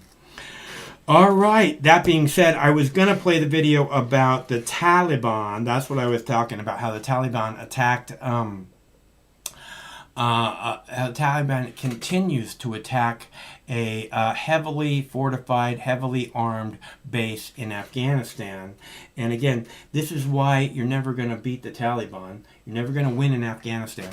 Like I said, I've seen pictures of guys in turbans carrying big old fucking guns, and they're like all standing next to a signpost, and one of them's holding a sign. The signpost says like New York is 1,500 miles that way, or 5,000 miles that way, and Beijing is so many, and Moscow is so many miles that way, and they're all standing there at the signpost, and one of them has a little handheld sign, and it says, "We welcome our new invaders," right? These guys have been at war forever. They're not going to give up. And again, it took the Russians 10 years to figure it out. So far, our country's been there for 20 years, and they were there during the Russians' time too. There's so much CIA shit going on in Afghanistan before our troops ever got there. I used to see all kinds of pictures of the guys. You can always tell the CIA guys, right? Because they're white guys, and then they got these long bushy beards that you'd never expect CIA guys to have. But in Afghanistan, if you don't have a fucking big old beard, you're nobody. That's certainly nobody to be listened to. All right, so let's see, where's it at? Taliban attacks heavily fortified U.S. base in Afghanistan. Developing this morning, CNN has learned the Taliban twice targeted one of the most heavily guarded bases in Afghanistan, with U.S. military personnel coming under fire. CNN's Barbara Starr is live at the Pentagon this morning with the details for us. Barbara, good morning. Good morning, Erica. Why is this so important? Well, we are just now 3 weeks away from May 1st, the date on the calendar for the agreement that the Trump administration signed with the Taliban to get U.S. troops out of Afghanistan and to end America's longest war. 3 weeks away, and instead what we are seeing is the Taliban continue its attacks, its violence. The one you're mentioning, this is a base called Chapman in eastern Afghanistan. At the end of March, not widely reported, there were 2 attacks against the base. Nobody hurt, nobody injured, but it was widely believed the Taliban absolutely knew that there were U.S. troops on that base. Chapman has a long, bitter memory, especially with the CIA. It was attacked in 2009, and many CIA officers were killed in that attack. Just yesterday, the Taliban, according to U.S. officials, attacked the air base in Kandahar, a base also where U.S. troops are located. So where are we right now? The Biden administration is giving no indication it's going to meet that May 1st deadline. Instead, still talking to the Taliban, still negotiating to try and get them to agree to give the U.S. more time. There are 2,500 U.S. troops openly serving in Afghanistan, but here's what's so critical. There are about another, maybe 1,000, maybe several hundred, no one will say, other U.S. troops, special forces, many working for the CIA, many in covert status, also in Afghanistan, trying to deal with the counterterrorism situation there. So the real question is, can the U.S. make a decision to finally pull out of Afghanistan? Will it leave troops for counterterrorism? Is there still concern that if the U.S. leaves, the Taliban still strong enough to possibly move in and try and take control in that country? Crucial days, crucial decisions. Barbara Starr, thank you so much for your reporting. All right, guys, I still have more videos left for you. I have one about big tech censorship, and I have one more from Kennedy about gun control and Joe Biden. So I'm going to go ahead and play the big tech censorship one because I am trying to move quickly through the rest of these videos. If you want to call, we're down to 2 videos, and I'd love to talk to you. But otherwise, I'm going to play these videos so that I can head towards some food because I'm getting hungry. Okay, so big tech censorship out of control. New fuel added to the fiery debate over the power of big tech. A series of decisions by digital platforms and the government are shedding new light on the need for solutions in Washington. National correspondent Christine Frizzell reports. The January 6th attack on the U.S. Capitol brought with it a deep question about how to treat content posted online that may incite violence. The answer came with a boom when several platforms permanently banned then-President Donald Trump. Now it's new rules that digital behavior online may be directly connected to those users' behavior offline. Amazon's Twitch just the latest to make clear those with certain criminal records or affiliations may be banned. And Spotify is now facing criticism for removing more than 40 podcasts from Joe Rogan, so far with no explanation as to why. Senator Ted Cruz commenting on Twitter, big tech continues to quietly erase whatever Big Brother doesn't like. It's become abundantly clear that big tech has too much power over public affairs and the citizens who participate in it. Just this week, the U.S. Supreme Court threw out a previous ruling that found former President Trump violated the First Amendment by blocking Twitter followers, mostly because he's no longer president and no longer allowed on Twitter. But what's catching a lot of people's attention in Washington is what one of the justices said alongside that decision. Justice Clarence Thomas suggesting in a 12-page concurring letter that while today's digital platforms provide avenues for historically unprecedented amounts of speech, also unprecedented is the concentrated control of so much speech in the hands of a few private parties, adding, we will soon have no choice but to address how our legal doctrines apply to the digital platforms. Justice Thomas seeming to lay out a roadmap for regulation, as other experts think it's time for a public social media platform. There's an unused domain system, .civ, C-I-V. We should set up and maybe have big tech pay for it the way C-SPAN is paid for by the cable industry. An abundance of ideas on the future of online speech, with no agreement yet on what would be best for democracy. I'm Christine Frizzell reporting. Okay, so this big tech media thing, I would really love to see the Supreme Court crack down on this thing as if it's, a violation of constitutional free speech rights, because that's what I see happening. I see these people with giant egos acting like they can say what's okay to say and what is not, what is acceptable speech and what is not acceptable speech. And in my opinion, those people are really way too big for their britches. At least their egos are. So I have one other video. Okay, gun control. Kennedy on today's gun control. She has Dana Loach with her. Loach, who is very pro-gun, to say the least. But I thought that you guys want to see it. Kennedy, you know, she's cool. And that's it. That's all my videos. So I'm going to go ahead and play that video for you. And if you want to call, this is going to be your last chance. So I'll be back in just a minute. Welcome back. President Biden likes to claim he respects the Second Amendment, but today he took his first major steps in a broader Democrat plan for gun control. He announced several executive orders at the White House and promised lawmakers will follow up with more restrictions. Watch. Nothing I'm about to recommend in any way impinges on the Second Amendment. They're phony arguments suggesting that these are Second Amendment rights at stake from what we're talking about. But no amendment to the Constitution is absolute. We should also ban assault weapons and high-capacity magazines in this country. We should also eliminate gun manufacturers from the immunity they receive from the Congress. Enough prayers. Time for some action. All right, the president tomorrow plans to sign EOs on measures including the restriction of, quote, ghost guns, which are assembled using untraceable pieces. Sometimes, come on, man. But Senate Majority Leader Chuck Schumer released a statement shortly after promising this is just the beginning. So is President Biden really telling the truth when he says he's not coming after your guns? Here with me now, former NRA spokesperson and host of The Dana Lash Show. It is Dana Lash. The Dana Show. It's just The Dana Show. Hey, girl. Welcome back. Good to talk to you. How you doing?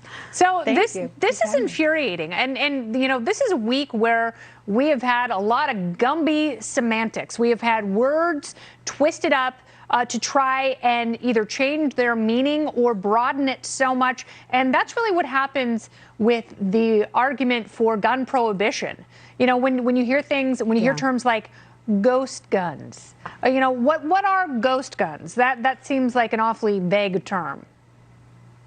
It is, Kennedy, and you're right, and purposefully so. And really, ghost gun is, I use it like this. It's like the same thing as assault weapon. It's a unicorn term. It's a nonsensical term that people who are unfamiliar with existing federal regulation, they use this because they think it covers an area that isn't regulated by the government already, and that's just not true. I mean, ghost guns, what they're talking about are if you get a block of aluminum and you want to drill it out and create a firearm with it, which, you know, that's what gangbangers do. They go out and buy very expensive drill presses and all this machinery and equipment in their homes, and that's apparently how they make their firearms, which is not supported by a 2019 DOJ study or any study where they surveyed felons to discover where they've gotten their guns. But that's you mill out a part, you can put a firearm together. There was a big Duke study. Their girlfriends buy them. I mean, when they're not stolen. Straw purchases, yeah. I mean, it's straw purchases and then theft. They don't go and fill out a 4473 and say, yes, I am a criminal. Well, I mean, unless you're Hunter Biden. They don't go out and fill out a 4473 and, you know, try to lie on it or try. They just don't do it. They just get it on the black market. But ghost gun, if you are a hobbyist, if I wanted to make a gun here in my home, which I don't even have all the machinery to do it, sadly, but if I wanted to make a gun in my home and keep it for my own personal use as a hobbyist, I could do so. The law protects you.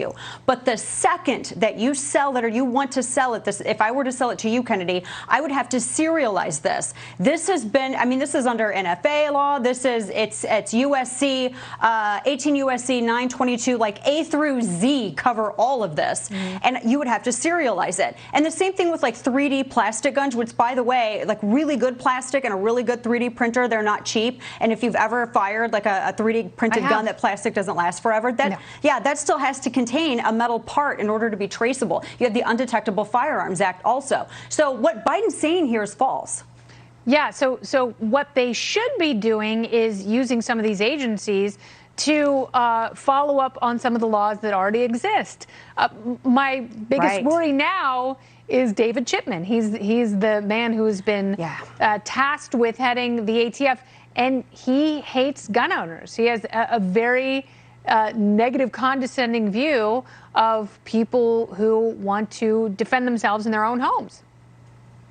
Yeah, no, Kennedy, you're right. This is like the worst choice I think that they could have made for the ATF. I don't really see him getting through the Senate. I really don't. But Katie barred the door if he does, because it will become the most activist ATF that we've ever seen. I think this is a guy who was involved. He had roles in Ruby Ridge and in Waco. Awful. He believes that all semi-automatic firearms should be banned. He wanted to close down all gun stores, all FFLs during the lockdown, because he said they were non-essential. He mocks law-abiding gun owners by acting like he says it. He used the term a zombie apocalypse. Yeah. Like, people are afraid of a zombie apocalypse when they're watching cities burn on television and politicians saying that they're going to defund the police of their tax dollars.